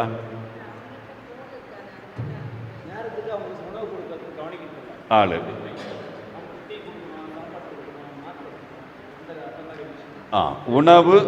உணவு மாத்திரை கொடுத்து பராமரிக்காத நிலை. உணவு மாத்திரை பராமரிப்பு, நேரத்திற்கு உணவுன்னு போட்டுக்கிடுங்க. ஏன்னா வயதான காலத்தில் அது முக்கியம். நிறைய சாப்பிட முடியாது, கொஞ்சம் சாப்பிடுவாங்க. நேரத்திற்கு உணவு, மருந்து அது முக்கியம். மருந்து ஓகே. வேறு ஏதாவது இல்லைன்னா அவங்களுக்கு ஒரு கைதட்டு கொடுக்கலாம். இன்னும் கண்டுபிடிப்போம். உறவினர்களோடு தொடர்பு இல்லை, உறவுகளோடு தொடர்பு இல்லை. சரி, அந்த குழுவுக்கு ஒரு பெரிய கைதட்டு கொடுத்துருங்க. ஓகே, இவ்வளவு பிரச்சனைகளை நன்றி, உங்களுக்கு நன்றி. உட்காருங்க. அழகா சமைப்பீங்கன்னு தான் நினைச்சேன், அழகா எழுதுறீங்களே. அது ஆமாம் சொல்லுங்க. தம்பதியர் இதில் வந்து மாமனார் மாமனார் வந்து அவங்க பிள்ளைங்களை ஒரு மாதிரி நடத்துவாங்க. மருமகள் வர்றப்போ அந்த மகள் மாதிரி ஏற்றுக்கிட மாட்டாங்க தம்பதியர். இந்த தம்பதியரில் ஒரு வார்த்தை எழுதுங்களா நண்பரே? 14 தன் பிள்ளையை அதே நேரத்தில் வீட்டிற்கு வந்த மருமகளை வித்தியாசமாக பார்ப்பது. மருமகளை மகள் போல பார்க்காத ஒரு தன்மை இருக்கும், ஏற்றுக்கொள்ள மாட்டாங்க.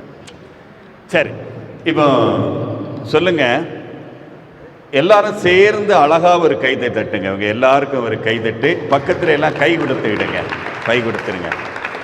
பக்கத்துல ஷேக்கன் கொடுங்க. எதுக்காக அப்படின்னா நாம இன்றைக்கு நம்முடைய அன்பியத்தை பற்றி ஒரு வரைபடம் கொடுத்திருக்கிறோம். என்னுடைய அன்பு முழுமையாக இல்லை, இன்னும் முழுமையாக்கலாம். அந்த 3 மாதம் நடக்கக்கூடிய விஷயங்களை ஃபாதர் வழிகாட்டுவாங்க. ஒரு வரைபடம், நம்முடைய அன்பியத்தினுடைய வரைபடம் நமக்கு தேவை. 1, என்னென்ன இருக்கு என்பது தேவை. 2, அன்பியத்தில் சிக்கல்கள் இருக்குது, சவால்கள் இருக்குது, சில தீர்வுகளும் இதில் இருக்குது. ஓகே, நம்ம இப்போ புரிஞ்சுக்கிட்டோம், அப்படிதானே? ஒரு சின்ன கற்பனை பண்ணி பாருங்க. ஒவ்வொருத்தரின் இந்த தேவைகள் நிறைவேற்றப்பட்டால் எப்படி இருக்கும்? ஒரு நிறைவு இருக்கலாம் இல்லையா? இருக்கலாம். ஓகே, அதை அப்படியே விட்டுருவோம். இப்போ அடுத்த முடிவு எடுப்போம். மணி சரியாக 8. ஃபாதர் என்ன செய்யலாம்?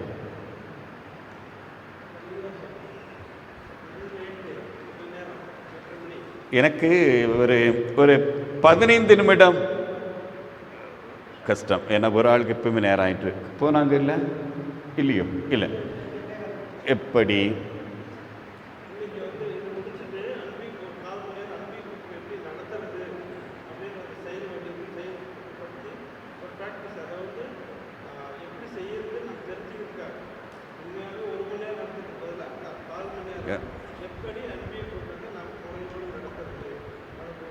அதை மட்டும் முழுமையாக இல்லை, முழுமையாக நம்ம பிற செய்யலாம். ஒன்று வச்சுக்கிடுங்க, இதில் எல்லாருக்கும் ஒரு செராக்ஸ் ஃபாதர் தருவாங்க. எவ்வளவு 30-40 பிரச்சனைகளை தமிழ்நாடு அளவில் திட்டமிட்டு இதில் எழுதியிருக்காங்க. ஒவ்வொருத்தருக்கும் என்னென்ன பிரச்சனை, 30-40 பிரச்சனைகள் இதில் இருக்குது. இதில் பார்த்தீங்கன்னா சிலதெல்லாம் ஒன்று போல இருக்கு. ஊடகம் எல்லா இடமும் ஒன்று போல இருக்கு, உறவு எல்லா இடம் ஒன்று போல இருக்குது, கல்வி பொதுவான பிரச்சனைகள். இந்த பொதுவான பிரச்சனைகளை நம்ம பங்கு கொண்டு போயிடணும். பங்கு அன்பு ஒருங்கிணைந்து கொண்டு போய் கல்வி வழிகாட்டல், வேலை வாய்ப்பு வழிகாட்டல் அதெல்லாம் கொடுக்க வேண்டியதாக மாற்றணும். எங்கள் அன்பியத்தை தயாரித்ததில் நான் இதை ஃபாதர்கிட்ட கொடுப்பேன். இதுலேயும் ஒவ்வொரு துறை சார்பாக ஒரு 10-15 மட்டும் எழுதியிருக்கிறேன். சரியா? இது கூட இங்கே இருக்கும், இதுவும் உங்களுக்கு கிடைக்கும். ஓகே, இப்போ நான் அந்த அதான் நாளை பார்ப்போமான்னு பார்க்குறேன். எனக்கு ஆமாம், நான் இந்த 2 நாளைக்கு நம்ம எழுதுவோம். ஏன்னா இந்த 2ம் 4க்குள் அடங்கும். உண்மையா பொய்யா? இந்த 2ம் 10ம் 2க்குள் அடங்குறது போல அந்த 2ம் இல்லைன்னா இந்த 4ம் இப்படி தான் இருக்கும். அன்பிய சரியா? புரியுதா நான் சொல்கிற? எனக்கு பிரச்சனை இல்லை, நான் 9 மணி வரை இருக்கலாம். எனக்கு பாவம் கஷ்டம். நான் என்னென்னா அந்த அன்பிய கூட்டம் நடத்துறது கண்டிப்பாக தேவை. உங்களுக்கு எப்படி உட்காரணும் அதெல்லாம் நடத்த போகிறதில்ல. ஒரே ஒரு விவிலியம் எடுங்க. பர்த்தலேமியோ பார்வை பெற்ற நிகழ்ச்சி விவிலியத்தை எடுங்க. இப்படியே இருக்கிறீங்களா? சரி, இப்படியே இருந்து எடுங்க. சரி, ஒரு விவிலியத்தை எடுத்து வாசித்து அதில் கருத்து பரிமாற்றங்கள் செய்து அதை செயல் வடிவத்துக்கு எப்படி கொண்டு போகிறது. பிஷப் சொன்னது போல இது ஒரு ஜெபக்கூட்டமாக இருந்துடக்கூடாது. அவங்க எங்கே அப்படி சரி, ஓகே. அந்த பகுதியை நாம் இதை தயவு செய்து அன்பிய கூட்டம்னு நினைச்சிடாதுங்க. ஒரு பயிற்சிக்காக இந்த ஒரு பகுதியை நாம் எடுக்கிறோம். ஓகேயா? ஒரு பயிற்சிக்காக இந்த பகுதியை நாம் எடுக்கிறோம். இதுதான் அன்பிய கூட்டம் நினைக்காதுங்க. அன்பிய கூட்டம் நடத்தும் முறை சொல்லுங்க பாப்போம்.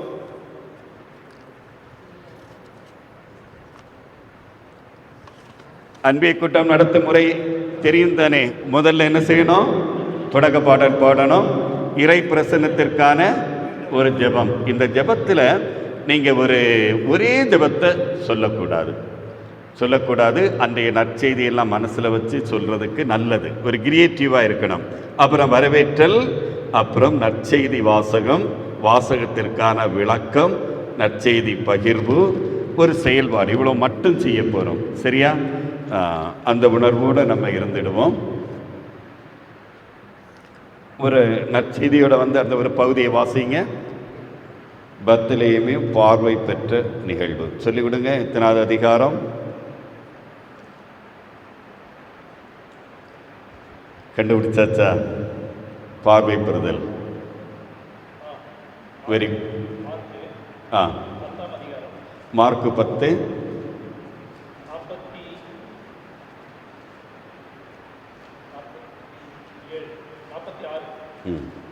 ஒரு ஆள் நடுவில் அழகா வாசிங்க. எலுமின்னு இது அன்பிய கூட்டத்தில் இல்லை. நாம் அதை எப்படி ஆய்வு செய்து செயலுக்கு போகணுங்கிறதுக்காக ஒரு சின்ன இதுதான். நான் இதில் பெரிய பாண்டித்துவம்லாம் இல்லை, என்னுடைய அறிவுக்கு ஏற்ப. ஓகே, இந்த விவிலியம் வச்சு வாசிங்க ப்ளீஸ். விவிலியம் ரொம்ப முக்கியம். செல்லிடை பேசியை அதிகம் பயன்படுத்தும் போது மூளை தன்னுடைய செயல்பாட்டை குறைத்துக் கொள்கிறது. இது விஞ்ஞான உண்மை, விஞ்ஞான உண்மை. புரியுதா? மார்க்கு நற்செய்தி 10ஆம் அதிகாரம் 46 முதல். இயேசுவும் அவருடைய சீடரும் எரிகோவுக்கு வந்தனர். அவர்களும் திரளான மக்கள் கூட்டமும் எரிகோவை விட்டு வெளியே சென்றபோது திமேயுவின் மகன் பர்திமேயு வழியோரம் அமர்ந்திருந்தார். பார்வையற்ற அவர் பிச்சை எடுத்துக் கொண்டிருந்தார். நாசரேத்து இயேசுதான் போகிறார் என்று அவர் கேள்விப்பட்டு, இயேசுவே, தாவீதின் மகனே, எனக்கு இரங்கும் என்று கத்தத் தொடங்கினார். பேசாதிருக்குமாறு பலர் அவரை அதட்டினர். ஆனால் அவர் தாவீதின் மகனே, எனக்கு இரங்கும் என்று இன்னும் உரக்க கத்தினார். இயேசு நின்று அவரை கூப்பிடுங்கள் என்று கூறினார். அவர்கள் பார்வையற்ற அவரை கூப்பிட்டு, துணிவுடன் எழுந்து வாரும், இயேசு உம்மை கூப்பிடுகிறார் என்றார்கள். அவரும் தம் மேலுடையை எரிந்துவிட்டு உதித்தெழுந்து இயேசுவிடம் வந்தார். இயேசு அவரை பார்த்து, உமக்கு நான் என்ன செய்ய வேண்டும் என விரும்புகிறீர் என்று கேட்டார். பார்வையற்றவர் அவரிடம், ரபுனி, நான் மீண்டும் பார்வை பெற வேண்டும் என்றார். இயேசு அவரிடம், நீர் போகலாம், உமது நம்பிக்கை உம்மை நலமாக்கிற்று என்றார். உடனே அவர் மீண்டும் பார்வை பெற்று அவரை பின்பற்றி அவரிடம் வழி நடத்தார்.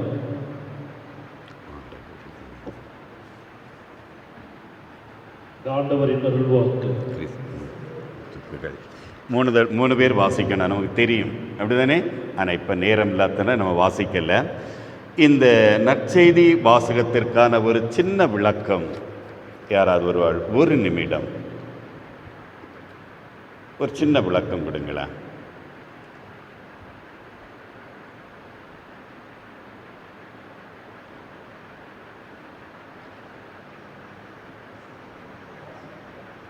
ஒரு சின்ன விளக்கம் ஒரு நிமிடம். இந்த நற்செய்தி வாசகத்தில் நான் வெளியாகிறேன். என்ன சொன்ன பர்த்தலமேயு வந்து தன்னை உணர்ந்திருக்காரு. அவருக்கு ஒரு துணிவு வந்திருக்கு, ஒரு துணிச்சலான முடிவெடுத்து இது தாவீது மகன் இறைமகன் அங்கே செல்கிறார், இறைமகன் அங்கே நடந்து வர்றாரு. அது அவர் உணர்ந்ததால துணிச்சலோட அந்த துணிவோட தாவீதின் மகனே பாவியின் மீது மனமிறங்கும் என்ற அந்த துணிவு அவர் இருந்ததால தான் அந்த துணிவோடு அவர் அந்த இறைவனில் சேர்ந்ததால தான் அந்த குரல் இறைமகனுக்கு கேட்கப்பட்டது. அந்த கேட்கப்பட்டது நிமித்தம் தான் ஆண்டவர் நடந்து வரும்போது அதை பார்த்து அதை கேட்ட உடனே, உனக்கு என்ன வேணும், நீங்கள் எதுக்காக நீ அழைச்ச, நீ வா அப்படின்னு சொல்லி கூப்பிட்ட உடனே அந்த துணிவு அந்த துணிச்சல் தான் இயேசுவிடம் போயிட்டு நான் பார்வை பெறணும்னு சொல்லி கேட்டு அந்த துணிவு ஏற்படுத்துது. முக்கியமாக சொல்லணும்னா அந்த துணிவு நமக்கு வேண்டும். அந்த துணிவு நம்மக்கிட்ட இருந்துதா நம்ம உடனே இந்த ஒட்டுமொத்த வசனத்தில் ஒரு விஷயம், நம்பிக்கை. முதல்ல அந்த பர்த்தலமேயுடைய நம்பிக்கை, இயேசுவிட கேட்டால் கண்டிப்பாக கிடைக்கும்ன்ற ஒரு நம்பிக்கை. அந்த நம்பிக்கைக்கு தடை போட நிறையா பேர் இருக்கிறாங்க. அவர் சத்தம் போடும்போது அவரை தடுக்கிறாங்க, இல்லை சமைதியாக இருந்து தடுக்கிறாங்க. அதை தடுத்ததையும் மீறி அவர் நம்பிக்கையோடு கேட்டார், அவர் பெற்றுக்கொண்டார். நம்பிக்கையோடு கேட்டால் கிடைக்கும். இந்த வார்த்தை தான் இதோடைய அர்த்தம் அப்படின்னு நான் நினைக்கிறேன். ஓகே ஓகே ஓகே ஒரு சின்ன விளக்கம், ரொம்ப சொல்லக்கூடாது, இவ்வளோதான். சரி, இதில் செயல்பட்டது. அவன் அதற்கு முன்னால் இயேசுவை பற்றி கேள்விப்பட்டிருக்கிறான். கேள்விப்பட்டிருக்கிறான், இயேசுவை நான் சந்தித்தால், இயேசு என்னை சந்தித்தால் நான் பார்வை பெறுவேன் என்ற நம்பிக்கையை ஆழ்மனதில் விதைத்திருக்கிறான். ஓகே, இங்கே ஒரு சந்தடி அவனுக்கு எதுவாக கேட்டதுன்னா, என் அருகில் கடவுள் வருகிறார். இந்த வாய்ப்பை விடக்கூடாது, யார் சொன்னாலும் விடக்கூடாது. கத்தினான் விடக்கூடாது.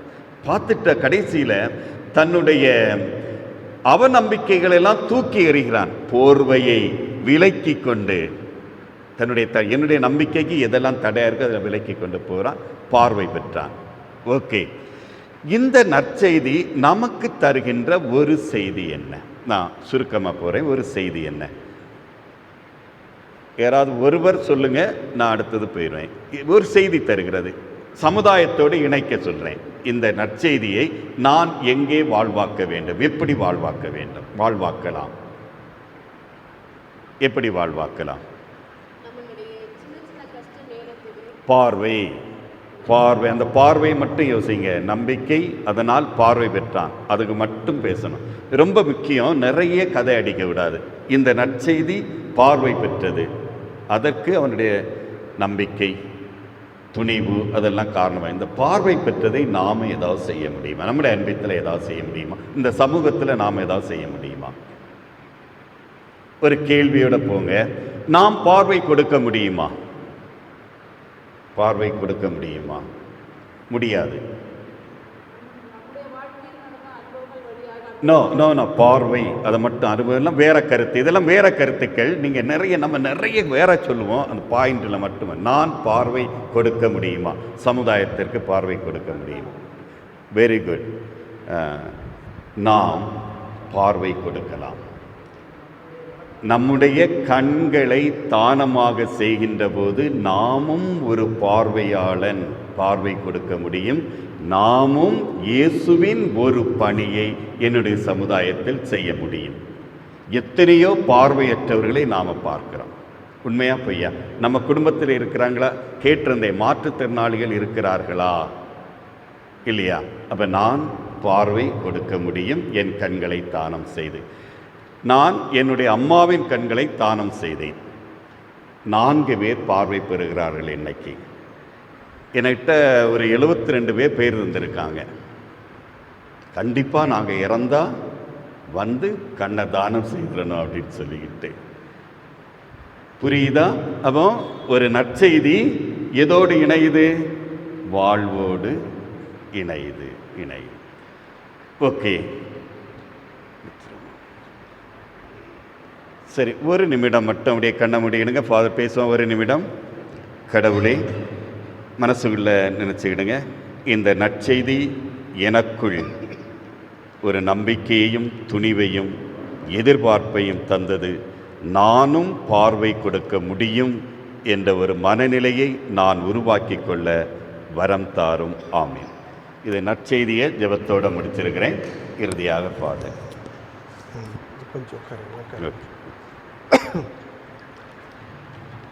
அன்பிய கூட்டம் எப்படி நடத்துவது? சரிங்களா? 2 நாள் பயிற்சி, 3ஆம் நாள் பயிற்சி நிறைவடைகிறது. நற்செய்தியை வாழ்வாக்குவது, அதுதான் அந்த அன்பியத்தினுடைய முக்கிய மையம். ஆன்மீகத்தில் வளர்வது, பொருளாதாரத்தில் அல்ல சமூகத்திலே நாம் பணி செய்வது, 2 தான். நற்செய்தியை வாழ்வாக்குவது, ஆன்மீகத்தில் நாம் நம்மை சார்ந்த நம்முடைய அன்பியத்தில் வளர்ப்பது.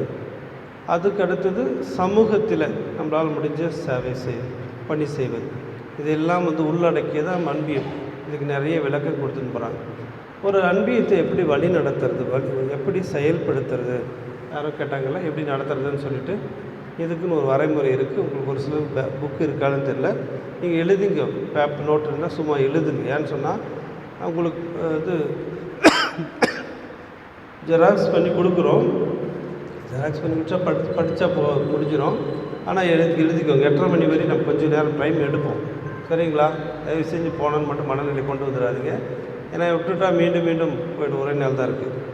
ஓகே, ஒரு அன்பிய கூட்டம் 1 மணி நேரம் நடத்துகிறோம். அதுக்கு முன்னாடினா ஜெபமாலை சொல்லுங்கள், இல்லை குழந்தைகளுக்கு விளையாட்டு வைங்க, இல்லை ஏதாச்சும் ஒரு நல்ல காரியத்தை பற்றி பேசுங்க. அன்பிய கூட்டம் நடத்துகிறோன்னா எந்த நேரத்தில் ஆரம்பிக்கிறோமோ அந்த நேரத்துலேருந்து முடிக்கிற வரையும் மேக்ஸிமம் 1 மணி நேரம் திட்டமிட்டணும். சரிங்களா? நோட்டுக்கிட்டது இல்லையா? மனசில் பார்த்துக்கிறது. ஓகே, 7 படிநிலைகள். தொடக்க நிகழ்வு, அதுக்கு முன்னாடி என்ன செய்யணும்? தயவு செஞ்சு எல்லோரும் கொஞ்சம் அட்டென்டிவாக பாருங்கள். நாம் விவிலியத்தை, இறை வார்த்தையை மையமாக வச்சு தான் அன்பியத்தை நடத்துகிறோம். சரிங்களா? இறை வார்த்தை ஒரு அன்பியத்தில் மையமாக இருக்கணும், சென்ட்ரல் இருக்கணும்.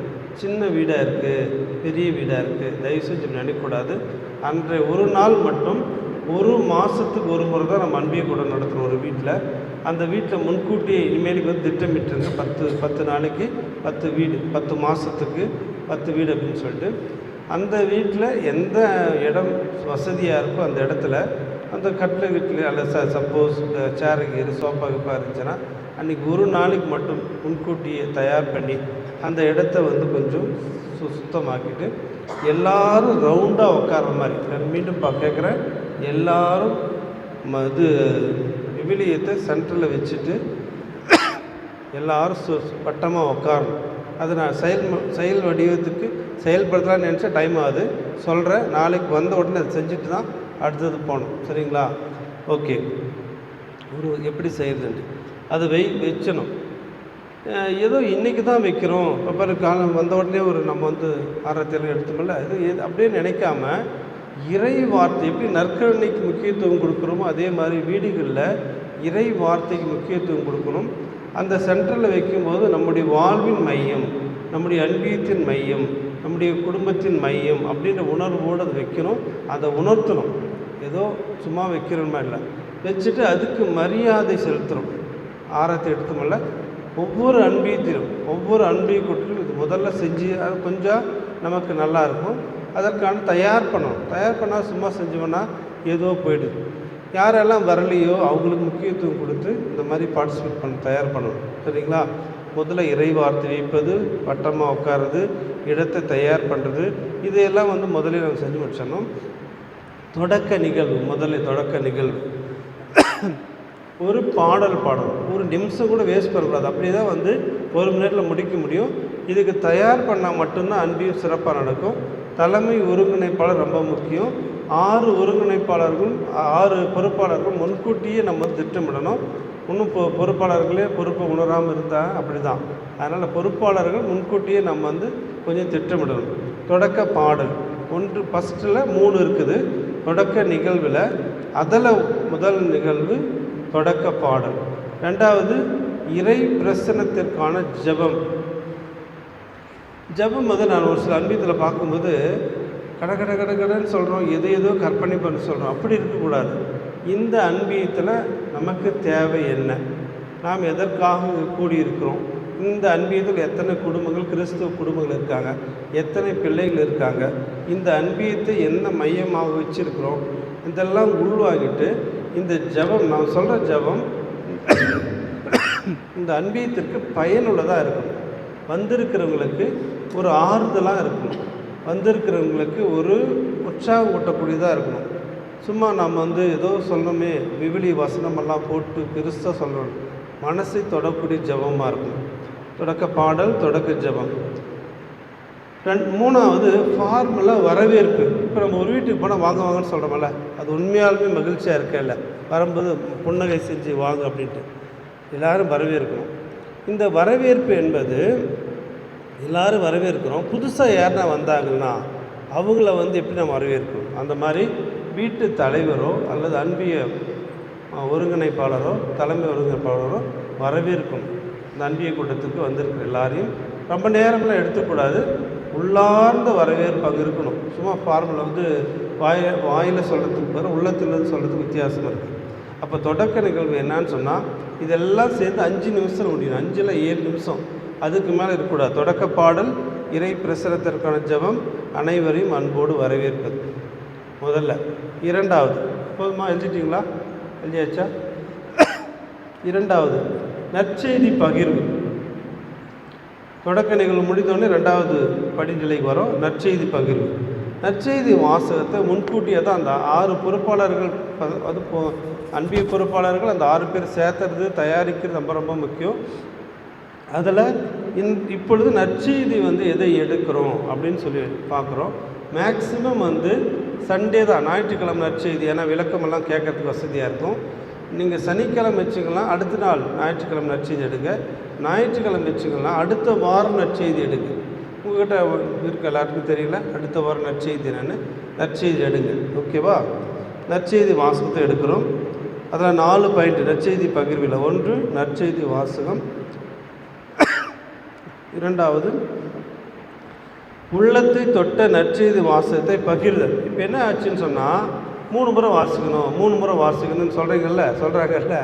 எதற்காக 3 முறை வாசிக்கிறது? எதுக்காக 3 முறை வாசிக்கிறது? முதல் முறை கவனிக்கலைன்னா 2வது முறை, 2வது முறையும் கவனிக்கலைன்னா 3வது முறை. கம்பல்சரியாக 3 முறை வாசிக்கணும்னுலாம் இல்லை. முதல் முறையை அட்டன்டிவாக கவனிச்சிட்டா நான் என்ன செய்கிறேன்னு சொன்னால், முதல் முறை வாசித்த பிற்பாடு உங்கள் உள்ளத்தை தொட்ட ஒரு வார்த்தை அல்லது ஒரு வசனம் சொல்லுங்கன்னா அப்போவே சொல்கிறாங்க அப்படின்னு சொன்னால் அடுத்தவங்களாம் நினைப்பாங்க நம்ம எதுவுமே கவனிக்கலையே அப்படின்னு சொல்லிட்டு அடுத்த முறை கவனிப்பாங்க. 3 முறை வாசிச்சுட்டு தான் சொல்லணும்னு இல்லை. முதல் முறை வாசிச்சுட்டு உங்கள் உள்ளத்தை தொட்ட வார்த்தை சொல்லுங்கள், வசனத்தை சொல்லுங்கன்னா யாருன்னா ஒருத்தர் 2 பேர் சொல்லுவாங்க, சொல்லலைன்னா அடுத்தது வாசிக்கலாம். இது ஒரு கட்டாயப்படுத்தி 3 முறை வாசிக்கணும் இல்லை, சரிங்களா? அது 2வது முறை 3வது முறை வாசித்த பிற்பாடு எல்லாரும் சொல்லணும்னு கூட இல்லை, கட்டாயப்படுத்தி செய்யக்கூடாது. ஒருத்தர் 2 பேர் 3 பேர் சொன்னால் கூட போதும், சரிங்களா? உள்ளத்தை தொட்ட வார்த்தை யாரும் சொல்லாமல் இருக்கக்கூடாது. அதுக்கு தான் தயார் பண்ணணும், முன்கூட்டியே நற்செய்தி சொல்லணும். அப்படின்னா இதெல்லாம் தெரிஞ்சுன்னா நம்ம வந்து பகிரணும் அப்படின்னு தெரிஞ்சுக்கிட்டால் வந்து முன்கூட்டியே தயார் பண்ணுன்னு சொல்லுவாங்க. உள்ளத்தை தொட்ட நற்செய்தி வாசத்தை பகிர்தல், அமைதியில் இறைவன் குரலுக்கு செவிமடுத்தல். இப்படியெல்லாம் சொல்லும் போது ரொம்ப சோகமாயிடுறாங்கல்ல. அன்பி கொடுத்துட்டு வரும்போது நற்செய்தி வாசத்தை வாசிங்க, உள்ளத்தை தொட்ட வார்த்தையெல்லாம் வந்து தியானிங்கன்னு சொன்னால் நினைக்கிறாங்களா இல்லையா, சோகமாயிறாங்க. அப்படிலாம் இல்லை, உண்மையாகவே கடவுள் நம்மள பேசுகிறாரா, இந்த இறை வார்த்தை நமக்கு ஏதாவது உணர்த்துதா அப்படின்னும். அந்த முகத்தை பார்த்தாலும் எனக்கு ஒரு மாதிரி என்ன சோகமாயிட்டாங்களே, நற்செய்தி வாசித்தது அப்படின்ட்டாலாம் இருக்கக்கூடாது. ஒரு உற்சாகமாக இருக்கணும். வாசித்த பிற்பாடு நம்முடைய உள்ளத்தை தொட்டது இறை வார்த்தை, இறைவனோடு நம்ம பேசணும். என்ன இந்த இறை வார்த்தை நமக்கு உணர்த்துது, அதில் வந்து நம்ம பகிர்வை ஆரம்பிக்கணும், இறை பகிர்வு. இப்போது பிரதர் சொன்ன உடனே பார்வையற்ற ஒருவனுக்கு பார்வை கிடைத்தது. யாருன்னா பகிருங்கன்னு சொன்னால் இது என்ன செஞ்சுருக்கணும், தொடக்கத்திலே இந்த இறை வார்த்தையை நம்ம வாசிக்க போகிறோம், பகிர போகிறோன்னு சொன்னால் அதுக்காக நம்ம வந்து கட்டாயமாக ஒரு சில கருத்துக்கள் வந்திருப்போம். சொன்ன உடனே உற்சாகத்தோடு நம்ம பகிர்ந்துருப்போம். திடீர்னு நம்ம செய்யும்போது எல்லாருக்குமே, நீங்களும் சரி என்னையும் சரி, கூப்பிட்டு ஃபாதர் இதெல்லாம் சொல்லுங்கன்னு சொன்னால் கொஞ்சம் யோசிச்சு தான் சொல்ல முடியும். அதுக்காக தான் முன்கூட்டியே நம்ம தயார் பண்ணணும் அப்படின்னு சொல்லிட்டு. ஸோ இன்றைக்கி நான் வந்து என் கருத்தை பகிர்ந்துக்கிறேன்னு சொல்லலாம். எல்லோரும் கேட்குறாங்கன்னு சொன்னால் நமக்கு எல்லாரும் சந்தோஷம் தானே. அதுவும் வராதவங்களுக்கு இன்றைக்கி உங்கள் கருத்தை பகிர்ந்துக்குவாங்க, இது என்ன சொல்லுதுன்னு சொல்லுங்கள் அப்படின்னு சொன்னால் உற்சாகமாக வருவாங்க. இதெல்லாம் தான் சேர்ந்த முதல்ல தொடக்க நிகழ்வு, 2வது நற்செய்தி பகிர்வு. இது எவ்வளோ நேரம் போகலான்னு சொன்னால் ஒரு 1/4 மணி நேரம் போகலாம். இது முக்கியத்துவம் கொடுக்கணும். நம்ம முதல்ல 5லேருந்து 7 நிமிஷம் நற்செய்தி பகிர்வு வந்து ஒரு 1/4 மணி, நற்செய்தி வாசிக்கிறது அந்த பகிர்வு வந்து 2வது வந்து ஒரு 1/4 மணி நேரம் போகலாம். 3வது அறிக்கை வாசித்தல்.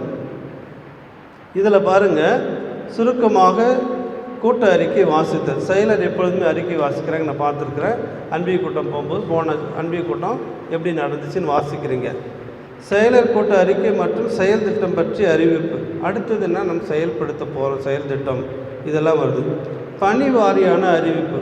இது எந்த அன்பியத்தில் நடக்குதா? பணி வாரியான அறிக்கை எந்த அன்பியத்திலாவது நடக்குதா? 6 பொறுப்பாளர்கள் என்னென்ன பணியை செய்கிறாங்க. இன்னும் பேரளவில் மட்டும்தான் இருக்குது இல்லையா? நம்முடைய எல்லாமே நம்ம யோசித்து பார்க்கணும். தலைமை பொறுப்பாளர், இறைவேண்டல் பொறுப்பாளர், குழந்தைகள் பொறுப்பாளர், இளையோர் பொறுப்பாளர், தம்பதியர் பொறுப்பாளர், முதியோர் பொறுப்பாளர், இவர்கள் என்ன செய்கிறோம் அப்படின்னு சொல்லிட்டு அதுக்கு தான் பிரதர் சொன்னார், நீங்கள் 3 மாதத்துக்கு ஒரு முறை இந்த அன்பிய 6 பொறுப்பாளர்களையும் கூப்பிட்டு ஒரு அன்பியத்தில் ஏதாவது செஞ்சாங்கன்னா அது அடுத்த அன்பியத்துக்கு உற்சாகமாக இருக்கும், செய்கிறதுக்கு நல்லா இருக்குன்னு சொல்லிட்டு ஒரு தீர்மானம் எடுப்போம்.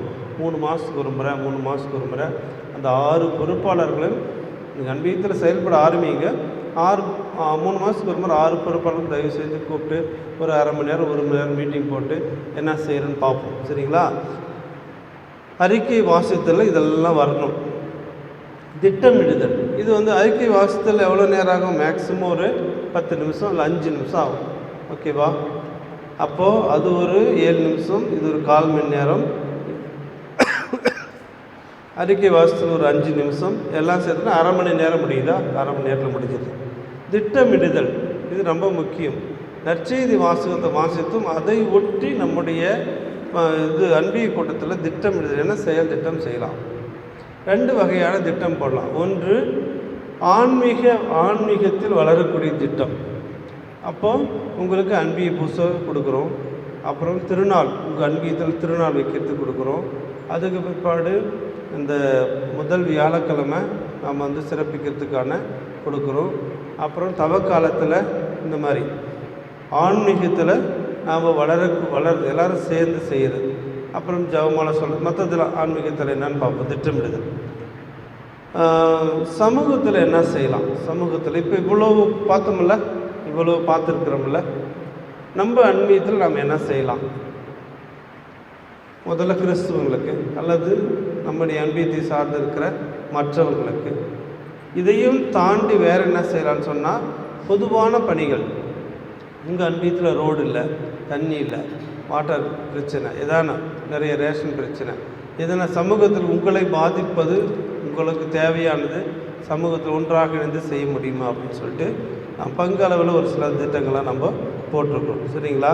திட்டமிடுதல் செயல் திட்டம். திட்டங்களை செயல்படுத்துவதற்கான பொறுப்பாளர்கள். அதிலே இப்போ 4வது படிநிலையில் தான் இருக்கிறோம். திட்டமிடுதல் திட்டங்களை செயல்படுத்துவதற்கான பொறுப்பாளர்கள். அடுத்த அன்பிய கூட்டம் எங்கே, எப்பொழுது? இதுக்கு ஒரு 5 நிமிஷம் இல்லை 10 நிமிஷம், மேக்ஸிமம் 10 நிமிஷம் எடுக்கும். அப்போது 40 நிமிடம் ஆகுது. அறிவிப்புகள். 5வது படிநிலை அறிவிப்புகள். என்ன அறிவிப்புன்னு சொன்னால், தகவல் பரிமாற்றம். அதில் பங்குல மறைவட்டம், மறை மாவட்டம், பணிக்குழுக்களின் செயல்கள், அரசு செய்திகள், கொண்டாட்டங்கள் பற்றிய அறிவிப்புகள், மற்ற அறிவிப்புகள், பொதுவான அறிவிப்புகள். இதெல்லாம் அன்பியத்தில் நம்ம பேசணும், திட்டமிட்டு பேசணும். நம்ம கதை அடிக்கிற மாதிரி உட்காந்து பேசின்னு ஒருத்தருக்கு ஒருத்தர் நம்ம கருத்து வேற்றுமையோடு அப்படி இல்லாமல் முக்கியமான தகவல்கள். பங்கில் நம்ம வந்து பங்குசாமியார் வந்து உங்களுக்கு அறிக்கை சொல்கிறாரு, அதெல்லாம் நாம் அன்பியத்தில் பேசக்கூடியது. அதே மாதிரி மறைவட்ட அளவில் ஒரு சில திட்டங்கள் நம்ம போடுறோம், அது அறிக்கையில் சொல்கிறோம். மறை மாவட்ட அளவில் டிபிசி மீட்டிங் நடக்குது 5ஆம் தேதி. இப்போது அப்போ யாரெல்லாம் போகிறோம் அப்படின்னு சொல்லிட்டு திட்டமிடுது. மறை மாவட்ட அளவில் என்ன செய்திகள். பணிக்குழுக்கள், நம்முடைய பணிக்குழுக்கள் நிறைய செயல் திட்டம் போயிட்டுருக்குது. அதை பற்றியான நல்லது கெட்டது எதான கருத்துக்கள் சொல்லுவது. அரசு செய்திகள், முக்கியமாக நம்ம அன்பியத்தில் பேசக்கூடிய அரசு செய்திகள். இதையெல்லாம் முன்கூட்டியே தயார் பண்ணால் மட்டும்தான் அன்பியத்தில் பேச முடியும். பேசினா மட்டும்தான் சிறப்பாக போக முடியும். சும்மா ஏதோ பேசணுன்றனால பேசினா முடியவே முடியாது. அதற்கு தலைமை ஒருங்கிணைப்பாளர் ரொம்ப ரொம்ப முக்கியம். ஓகேவா? கொண்டாட்டங்கள். இப்போ பாருங்கள், சிறுவர்களுக்கு நாம் வந்து ஒரு நவம்பர் மாதத்தில் ஒரு கொண்டாட்டம் வச்சுருக்கிறோம். உங்களுக்கு தெரியும் நினைக்கிறேன்ல, சிறுவர்களுக்கு ஒரு போட்டி வச்சு 3 போட்டி ஏற்கனவே சொல்லிட்டு நான் அறிக்கையில். அதை நீங்கள் நோட் பண்ணி போய் எழுதி பேசி நம்ம அன்பியத்தில் எப்படி எல்லா பிள்ளைங்களும் ஒன்று சேர்த்துறது அதெல்லாம் பண்ணுறது தான். சரியா? கொண்டாட்டங்கள் இது மாதிரி நிறையா நம்ம இந்த ஆண்டு திட்டம் ஒன்று போட போகிறோம். அதை பற்றி நம்ம கொஞ்ச நேரம் பேசலாம். அதுக்கு ஒரு 1/4 மணி நேரம் இன்ட்ரெஸ்ட்டாக பேச ஒரு 1/4 மணி நேரம் ஆகும். இப்போ ஏறக்குறைய 1 மணி நேரத்தை நெருங்கி வந்துட்டோம். நன்றி நவிழல். நன்றி சொல்லும்போது அன்பிய ஒருங்கிணைப்பாளரோ அல்லது யாராச்சும் நியமிக்கப்பட்டவர்களோ அந்த இல்லத்தை சார்ந்தவர்களோ எங்கள் வீட்டுக்கு வந்தீங்க, எல்லோரும் இந்த என்னது ஜபம் செஞ்சோம், எங்களுக்கு ஒரு ஆசீர்வாதமாக இருந்தது, இதையெல்லாம் உள்ளடக்கி இறை வார்த்தை 1-2 சொல்லி கடவுளுக்கு நன்றி, உங்களுக்கு நன்றி, அவ்வளோ முடிக்கணும். நம்ம வந்து சும்மா ஏதோ எங்கேயோ உருவாக்க எடுத்து வாசித்துனாலாம் இருக்கக்கூடாது. நிறைய பேர் அப்புறம் சொல்கிறேன், இறை வார்த்தை பகிரும்போது ஒருத்தர் ஒன்று தான் சொல்லணும். இறை வார்த்தை மனதை தொட்ட வார்த்தை சொல்லுங்கன்னா ஒருத்தரே வந்து நான் மீண்டும் மீண்டும் மீண்டும் சொல்லிடக்கூடாது. ஒரே ஒரு வசனம் சொன்னால் போதும். அந்த வசனம் தியானத்தாலே போதும்.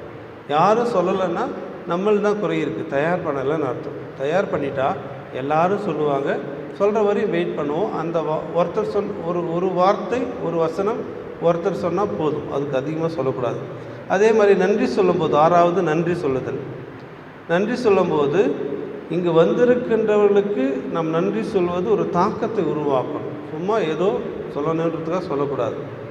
7வது நன்றி மன்றாட்டு. அதுதான் ஜபக்குழு.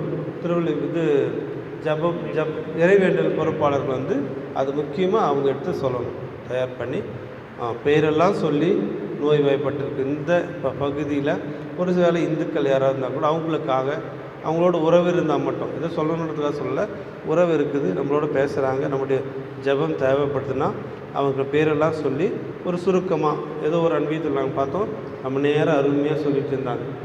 அந்தோனியார் அன்பியமா கண்ணாடி போட்ட ஜெபமாலை மாதா அன்பியம் மிக அருமையாக சொல்லிட்டு இருந்தாங்க.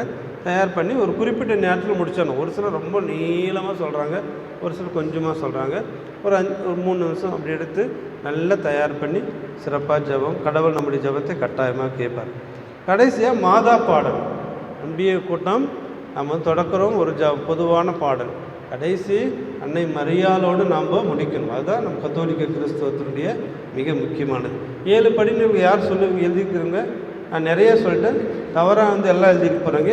மீண்டும் ஒரு முறை சொல்லிடுறேன் பாருங்கள் என்னென்னு சொல்லிட்டு. அது 7 மட்டும் சொல்கிறேன். தொடக்க நிகழ்வு அதில் 3 இருக்குது, அது நான் சொல்லலை, ஒன்று சொல்கிறேன். தொடக்க நிகழ்வு, 2வது நற்செய்தி பகிர்வு, 3வது அறிக்கை வாசித்தல், 4வது திட்டமிடுதல், 5வது அறிவிப்புகள், 6வது 7வது நன்றி மன்றாடு. அதுக்குள்ளார நிறைய விளக்கங்கள். இதை செயல்முறைப்படுத்தணும். நாளைக்கு நம்ம 10 அன்பியத்திலும் இங்கே வந்திருக்கிறவங்க 8 அன்பியத்தில் தான் வந்திருக்கிறீங்க. 2 அன்பியம் யார் யாருன்னு தெரில, வராதவங்க. அட்லீஸ்ட் ஒருத்தராச்சும் வந்திருந்தால் அவங்க போயிட்டு நம்ம செயல்படுத்த முடியும். அதனால தான் வேண்டி உங்களுள் யாராவது விருப்பம் இருக்கிறவங்களோ ஒரு 10 பேரை நான் 10 பேர் குறைஞ்சிது, 10 பேருக்கு மேலே எத்தனை பேர் வந்தாலும் பரவாயில்ல. மிக முக்கியமாக திருவழிப்பாட்டு குழுக்கும் சொல்லியிருக்கிறேன். ஒரு 10 பேருக்கு மேலே வந்தால் அன்பிய கூட்டம் நடத்துறதுக்கு நம்முடைய பங்கில் உதவி செய்கிறதுக்காக, சரிங்களா? வெளியிலேருந்து வரக்கூடாதுன்னெலாம் ஒன்றும் பிரச்சனை இல்லை. அவங்க வளர்கிற வரையும், அவங்களே அன்பிய கூட்டம் வளர்கிற வரையும் நம்முடைய கைடன்ஸ், இங்கே வந்திருக்கிறவங்க ஒரு 2 பேர் அல்லது ஒருத்தரோ இந்த முன்கூட்டியே நான் நியமிக்கிறேன். தயவுசெய்து உங்களுடைய நேரத்தை ஸ்பெண்ட் பண்ணி உங்களுடைய அன்பியத்தில் இல்லை, வேற ஒரு அன்பியத்துக்கு நீங்கள் போய் கைட் பண்ணுறதுக்காக. இப்போ வந்திருக்கிறவங்க அவங்க நடத்துவாங்க, வெளியிலேருந்து ஒருத்தர் போனால் இன்னும் சௌகரியமாக இருக்கும். இப்படி தான் தொடங்கணும், இப்படி தான் நடத்தணும். இது ஒரு வரைமுறை, இதுதான் இல்லை. இது வந்து நான் பேஸாக வச்சுக்கிட்டு இன்னும் நான் மெருகூட்டி நல்லா நடத்துறது தான், சரிங்களா? மிக சிறப்பாக நடத்துவதற்காக நாம் மற்ற அன்பியத்துக்கு உதவி செய்கிறதுக்காக. திருவழிப்பாட்டுக்குள் எத்தனை பேர் வந்திருக்காங்க? ஓகே, நிறைய பேர் வந்திருக்கிறீங்க, வெரி குட், மிக்க மகிழ்ச்சி. ஏன்னா அவங்களுடைய உதவி எங்களுக்கு நிறைய தேவைப்படுது. ஓகே, 10 பேர் மாறி மாறி போகிறதுக்கு 10 அன்பியத்துக்கு இன்னும், ஏன்னா பிரதர்ஸ்க்கு நான் நம்பியிருந்தேன். பிரதர்ஸுக்கு வந்து ஒன்று 2 மாதத்துக்கு ஒரு 2 வாரம் வருவாங்க, அப்புறம் லீவு, அப்புறம் கொஞ்ச நாள் வருவாங்க, அப்புறம் லீவு, அப்படியே போயிடுது. அவங்கள நம்ப முடியும். இன்னொன்று சனிக்கிழமை மட்டும்தான் அவங்கள நம்ம போட முடியும். சனிக்கிழமை நிறைய பேர் அன்பிய கூட்டம் வேணான்றீங்க. எப்போ வச்சாலும் சரி, இனிமேலுக்கு வார நாட்கள் வச்சா கூட சரி, நோ ப்ராப்ளம். நீங்கள் ஃபிக்ஸ் பண்ணி எங்களை கொடுத்துட்டிங்களா, ஒருத்தர் 2 பேரை வெளியிலேருந்து நம்ம அனுப்ப போகிறோம். நம்ம போய் எப்படி நடத்துறதுன்னு அவங்களுக்கு சொல்லிக் கொடுப்போம். அவங்க வளர்ந்துட்டாங்கன்னா நோ ப்ராப்ளம். அடுத்தது மற்ற பங்குகளுக்கு உங்களுக்கு விருப்பமாக இருந்தால் 1 நாள் 2 நாள் மற்ற பங்குகளுக்கு ஒரு சின்ன ட்ரைனிங் கொடுத்துட்டு, இந்த மாதிரி இதெல்லாம் நீங்கள் வந்து உள்வாங்கி பேப்பரில் எழுதி ட்ரைனிங் கொடுக்குற அளவுக்கு வந்துட்டிங்கன்னா உங்களை நான் ட்ரைனிங் கொடுக்கறதுக்கு கூப்பிட்டு போய்ட்டு நானும் அவங்களுக்கு கொஞ்சம் சொல்லி அடுத்த பங்குகளையும் வளர வைக்கிறதுக்காக, சரிங்களா? ஓகே, அடுத்தது 8:30 மணி ஆகிடுச்சு. நாளைக்கு வந்த உடனே அன்பிய கூட்டத்தை நடத்துகிறோம். ஒரு 1/2 hour எடுத்து எப்படி நடத்துறது சுருக்கமாக, ஒரு 1/2 hour மிக சுருக்கமாக முடிச்சுட்டு அதுக்கு பிற்பாடு செய்திகள். நாளையோடு நாம் நிறைவு செய்கிறோம். ஓரளவுக்கு உங்களுக்கு தெளிவு கிடைச்சிருக்கும் நான் நினைக்கிறேன். நினச்சி பாருங்கள், மறை மாவட்ட அளவில் ரொம்ப நாள் யோசனை பண்ணி, ரொம்ப நாள் தயார் பண்ணி, மறை மாவட்ட அளவில் 35 பேருக்கு நான் ட்ரைனிங் கொடுத்த, ஒரு பயிற்சி கொடுத்த ஒரு அன்பிய பயிற்சியை டிவைன் நகர் பங்கில் இருக்கிற உங்களுக்கு இது கிடச்சிருக்கு. நீங்கள் பெருமையாக நினைக்கிறீங்களா இல்லைன்னு தெரியல, உண்மையாக நான் பெருமையாக நினைக்கிறேன். ஏன்னு சொன்னால் எல்லா பங்குலையும் நான் போய் நடத்த முடியாத ஒரு சூழ்நிலையில் உங்களை நான் உருவாக்குறேன். நீங்கள் எத்தனை பேர் வந்து நம்மளுக்கு கிடைச்ச ஒரு வாய்ப்புன்னு நினைக்கிறீங்கன்னு தெரியல. இந்த அட்டண்டன்ஸ் எடுத்து பார்த்தா உங்களுக்கு தெரியும். நேற்று வந்தவங்க இன்றைக்கி கொஞ்சம் பேர் வரல. இதுதான் எனக்கு வந்து ஒரு இதாக இருக்குது. நம்மளுக்கு கிடைச்ச ஒரு வாய்ப்பு, ஒரு பொக்கிஷம். அப்படின்னு நினச்சிருந்தால் கட்டாயமாக ஆர்வமாக வந்திருப்பாங்க. எத்தனையோ தடைகள் இருக்கலாம், ஆனால் நம்ம இடத்த தேடி வருது. நம்ம வாய்ப்பு பயன்படுத்திக்கலாம். எப்படி சொல்லுங்கள்? இப்போ நான் ஒரு பங்காக போக முடியுமா? முடியாது. அதனால் நம்முடைய பங்கை ஸ்ட்ரென்தன் பண்ணி அட்லீஸ்ட் ஒரு 10-15 பேர் உருவாக்கணும்னா, அதிலேருந்து யாராவது ஒரு 5 பேர் ஒரு பங்குக்கு வந்தீங்கன்னா கொஞ்சம் நம்ம அப்படியே செய்யலாம் அப்படின்னு சொல்லிட்டு தான் நாகர்கோவிலில் வந்து மிக சிறப்பாக போயிட்டு இருக்குது. நாம் அதில் ஒரு 10%, 15%, 20% ஆச்சு செய்யணும்னு சொல்லி. எல்லாத்துக்கும் காரணம் மனநிலை. நாம் ஏதாவது நல்லது செய்யணும் சமூகத்துக்கு அப்படின்றது. 2வது ஆர்வம். நம்ம எப்படியாவது இத்தனை தேவைகள் இருக்குது, நம்மலாம் பண்ணணும். எல்லாம் நிறைவாக இருக்குது. யாரோ ஒருத்தர் சொன்னாங்க, இங்கேருந்தவங்க யார், ஏதோ ஒரு குழு இருந்துச்சு, யாரோ சொன்னாங்க எங்கள் அனுபவத்தில் என்ன தேவை, திருமணமான ஆண்களை பெண்களை சொல்லிட்டு இருந்தாங்க. எங்கள் அனுபவத்தில் ஒன்றும் தேவையில்லை, எல்லாம் நிறைவாக இருக்கிறாங்க. என்ன நிறைவாக இருக்க தேவையில் இருப்போம்னா பொருளாதார தேவை இருக்கட்டும், அது 2வது. மன உளைச்சல் தேவை, ஆறுதல் தேவை, ஒரு உறவு தேவை, பேசுறது தேவை, நான் நல்ல உறவு வளர்க்குறது. இப்போ அன்பியத்தில் இருக்கிறீங்க எல்லாரும் உறவோடு இருக்கிறது மிகப்பெரிய விஷயம். நான் சொன்னால் கேட்பாங்கன்னு சொன்னால் அதிகாரத்தோடு சொல்லி இந்த காலத்தில் யாரும் சாதிக்க முடியாது. அன்பாக சொல்லி என்னுடைய பேச்சுக்கு மதிப்பு இருக்குது அப்படின்னா தேவை. இப்போ நீங்கள் எல்லாம் வந்திருக்கிறீங்க, நான் அன்பு செய்கிறீங்க, வரலையே நிறைய பேர், நான் பேச்சுக்கு மதிப்பு இல்லையே, உறவு இல்லைன்னு நினைக்கிறேன்.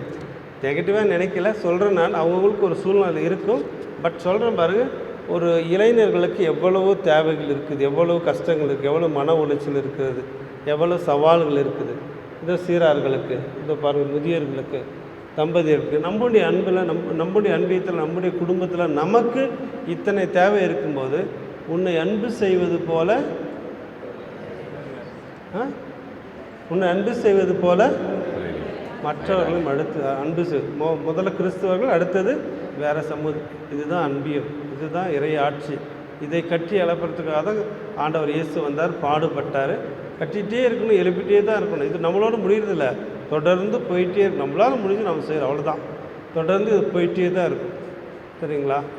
ஓகே. கடைசியாக உங்களுடைய எதிர்பார்ப்புகள் ஒரு 2 நிமிஷம் எடுத்து முடிச்சலாம்னு நினைக்கிறேன். 8:30 மணி ஆயிடுச்சு.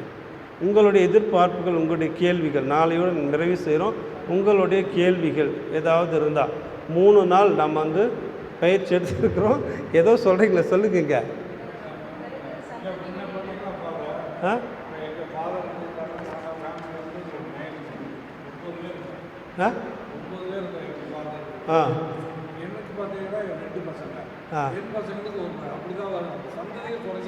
அதுக்கு என்ன செய்யலாம்? கூட்டம்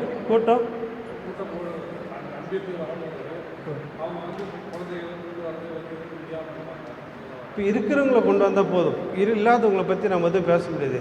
இருக்கிற குழந்தைங்கள், இருக்கிற முதியவர்கள், இருக்கிற மக்களுக்காக நாம் வந்து இது பண்ணால் போதும் அப்படின்னு நான் நினைக்கிறேன்.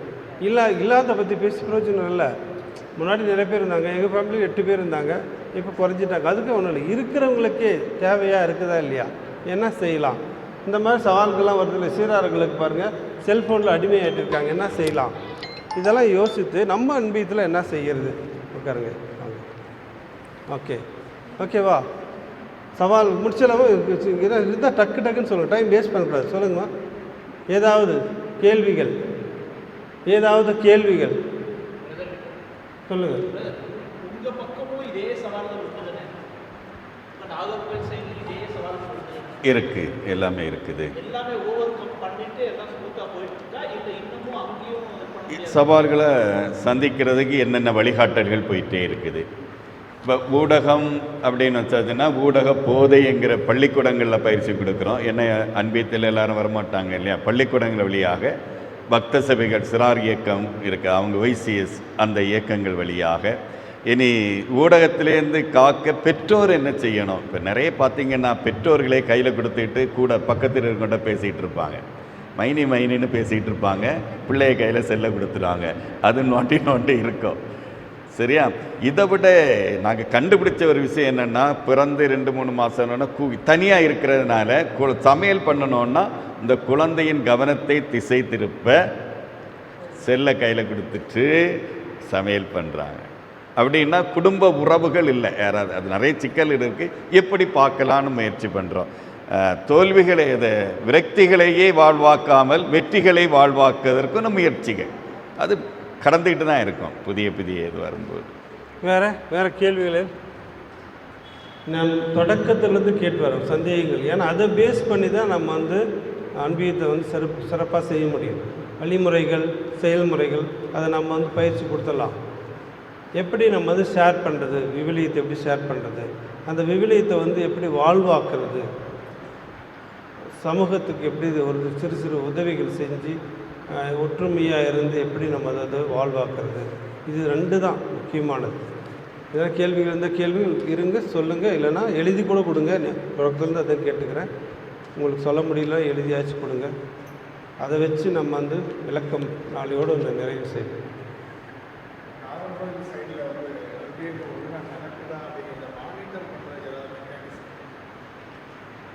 ஆமாம் ஆமாம்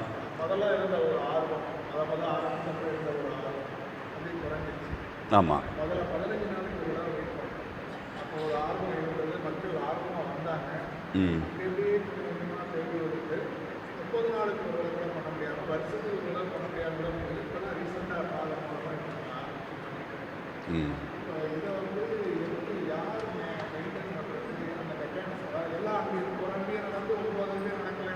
இருக்குது. இப்போ 15 அன்பியம் ஒரு பங்கில் இருந்தேன்னா 15ம் சிறப்பாக நடக்கிறேன்னு சொல்ல முடியாது. பிரச்சனைகள் இருக்குது. அவங்க என்ன அமைப்பு எப்படி இருக்குன்னா, அன்பிய ஒருங்கிணையம்னு ஒன்று வந்துடுது, அப்புறம் வட்டார அன்பிய ஒருங்கிணையம் வந்துடுது, மறை மாவட்ட அன்பிய ஒருங்கிணையம் வந்துருந்து, இந்த வட்டாரத்துக்கு ஒரு இயக்குனர், மறை மாவட்டத்துக்கு ஒரு இயக்குனர் வந்து பார்த்துட்டு இருக்காங்க. களப்பணியாளர்கள் இருக்கிறாங்க. இந்த களப்பணியாளர்கள் ஒவ்வொரு ஊர்லேயும் போய் பார்ப்பாங்க, பார்த்துட்டு ரிப்போர்ட் கொடுப்பாங்க. 15 அன்பியம் இருக்குது, 7 அன்பியம்தான் வர்றாங்க, செயல்படுறாங்க. இப்படி கொடுத்த உடனே அன்பியத்தை ஆழப்படுத்துகின்ற ஒரு பயிற்சியை வட்டார அளவில் திட்டமிடுறாங்க. அவங்க ஃபாதர் கேட்டாங்க, இல்லை உங்களை ஒரு 10 பேர் இருந்தால் இன்னொரு அன்பியத்துக்கு போகலாமேன்னு சொல்லிட்டு சிறப்பாக செய்யக்கூடிய ஒரு 10, 15, 20 பேர் ஒரு அன்பியத்தில் ஒரு நாள் போயிடும், ஒரு ஊரில் ஒரு நாள் போயிடுவாங்க. அவங்க கூப்பிட்டு உட்கார வச்சு ஒரு அன்பியத்தை 3 பேர் 2 பேர் போய் உட்கார வச்சு பேசுவாங்க. அவங்க அந்த கூட்டத்தை வித்தியாசமாக நடத்துவாங்க. ஆனால் அவங்க எப்படி போவாங்கன்னா, ரொம்ப தொய்வடைஞ்சுன்னா காலையிலே வந்து இல்லம் சந்திப்பாங்க. இல்லம் சந்தித்து இப்படிப்பட்ட பிரச்சனைகளை அவங்களே கண்டுபிடிப்பாங்க. உங்கள் ஊரில் ஒரு தாத்தா காலையில் 9 மணிலேருந்து 4 மணி வரை தனியாக படுத்து கிடக்கிறார், உங்கள் எல்லாருக்கும் தெரியுமான்னு கேட்பாங்க. அப்போ தான் இவங்க கேட்கும், அப்படியா, அது யார், அப்படியெல்லாம் நிலைமைகள் இருக்குது. அப்போ அவங்களுக்கு என்ன செய்யலாம்? அப்போ அன்பியங்கள்லேயே சின்ன சின்ன ஆர்வலர் குழுக்களை உருவாக்கி நம்ம 4 பேரும் சேர்ந்து நம்ம அன்பியத்தில் வீடு சந்திக்க போனோம். இந்த ரிட்டையர்டாக இருக்கிறவங்க, கொஞ்சம் ஃப்ரீயாக இருக்கிறவங்க, சமையல் எல்லாம் முடித்துட்டு அப்படி போயிடுவாங்க. அப்படி போய் அவங்கள்ட்ட கொஞ்ச நேரம் பேசிக்கிட்டு இருப்பாங்க. அவங்க நேரம் அதுலேயும் சிக்கலும் வரும், குண்டடி பேசுகிறாங்கன்னு சிக்கலும் வரும், சிக்கல் வரதான் செய்யும். ஆனாலும் முயற்சிகள் நடந்துக்கிட்டு இருக்குது. ஆனால் அந்த நெட்வொர்க் என்கிறது, அந்த சங்கிலி தொடர் என்பது கண்காணிச்சிக்கிட்டே இருப்பாங்க. இந்த ரிப்போர்ட்டுகள் போயிட்டே இருக்கும். ஒவ்வொரு பங்கும், ஒவ்வொரு அன்பியமும் அன்பிய ஒருங்கிணையத்துக்கு ரிப்போர்ட் கொடுக்கணும்.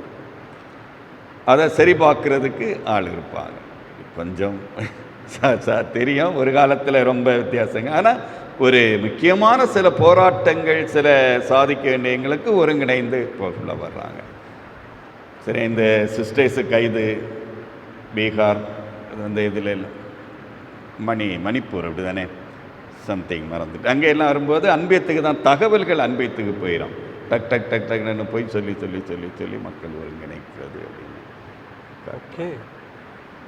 ஓகே இப்போ நீங்கள் சொன்னீங்களா ஒன்று, குழந்தைகள் இப்போது அன்பியத்தில் வந்து நம்முடைய பிள்ளை, அதாவது கத்தோலிக்க கிறிஸ்துவ பிள்ளைகள், அடுத்தது அந்த ஸ்கூலில் படிக்கிறாங்க அந்த குழந்தைகள், அவங்கள சேர்த்து கூட நம்ம வந்து விளையாட்டுகள் அது மாதிரிலாம் வைக்கிறது ஒன்றும் தவறெல்லாம் கிடையாது. ஜபம் நடத்தும் போது கம்பல் பண்ண வேணாம், வந்த வரட்டும், அந்த மாதிரி கூட செய்கிறாங்க இளைஞர்கள், அந்த மாதிரி கூட செய்யலாம். சண்டே வந்து ஒரு இடத்துல விளையாட்டு வைக்கிறது, அந்த மாதிரி நம்ம யோசிக்கிறது தான். சரிங்களா? அதை பற்றி விரிவாக அப்புறம் சொல்லிக்கலாம். முடிச்சிடலாமா? வேறு ஏதாவது? ஓகே, எழுந்து நிற்போம். தந்தை மகன் தூய ஆவியின் பெயராலே ஆமென். ஒரு மாதா பாடல் ஒன்று பாடுவோம்.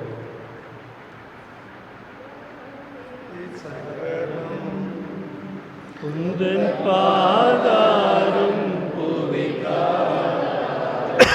கன்னி மாதாவே சரணம். பாவம் என்னை மேவாமல், மா பாவம் எம்மை மேவாமல் காப்பாயே அருள்வாயே கன்னி மாதாவே சரணம்.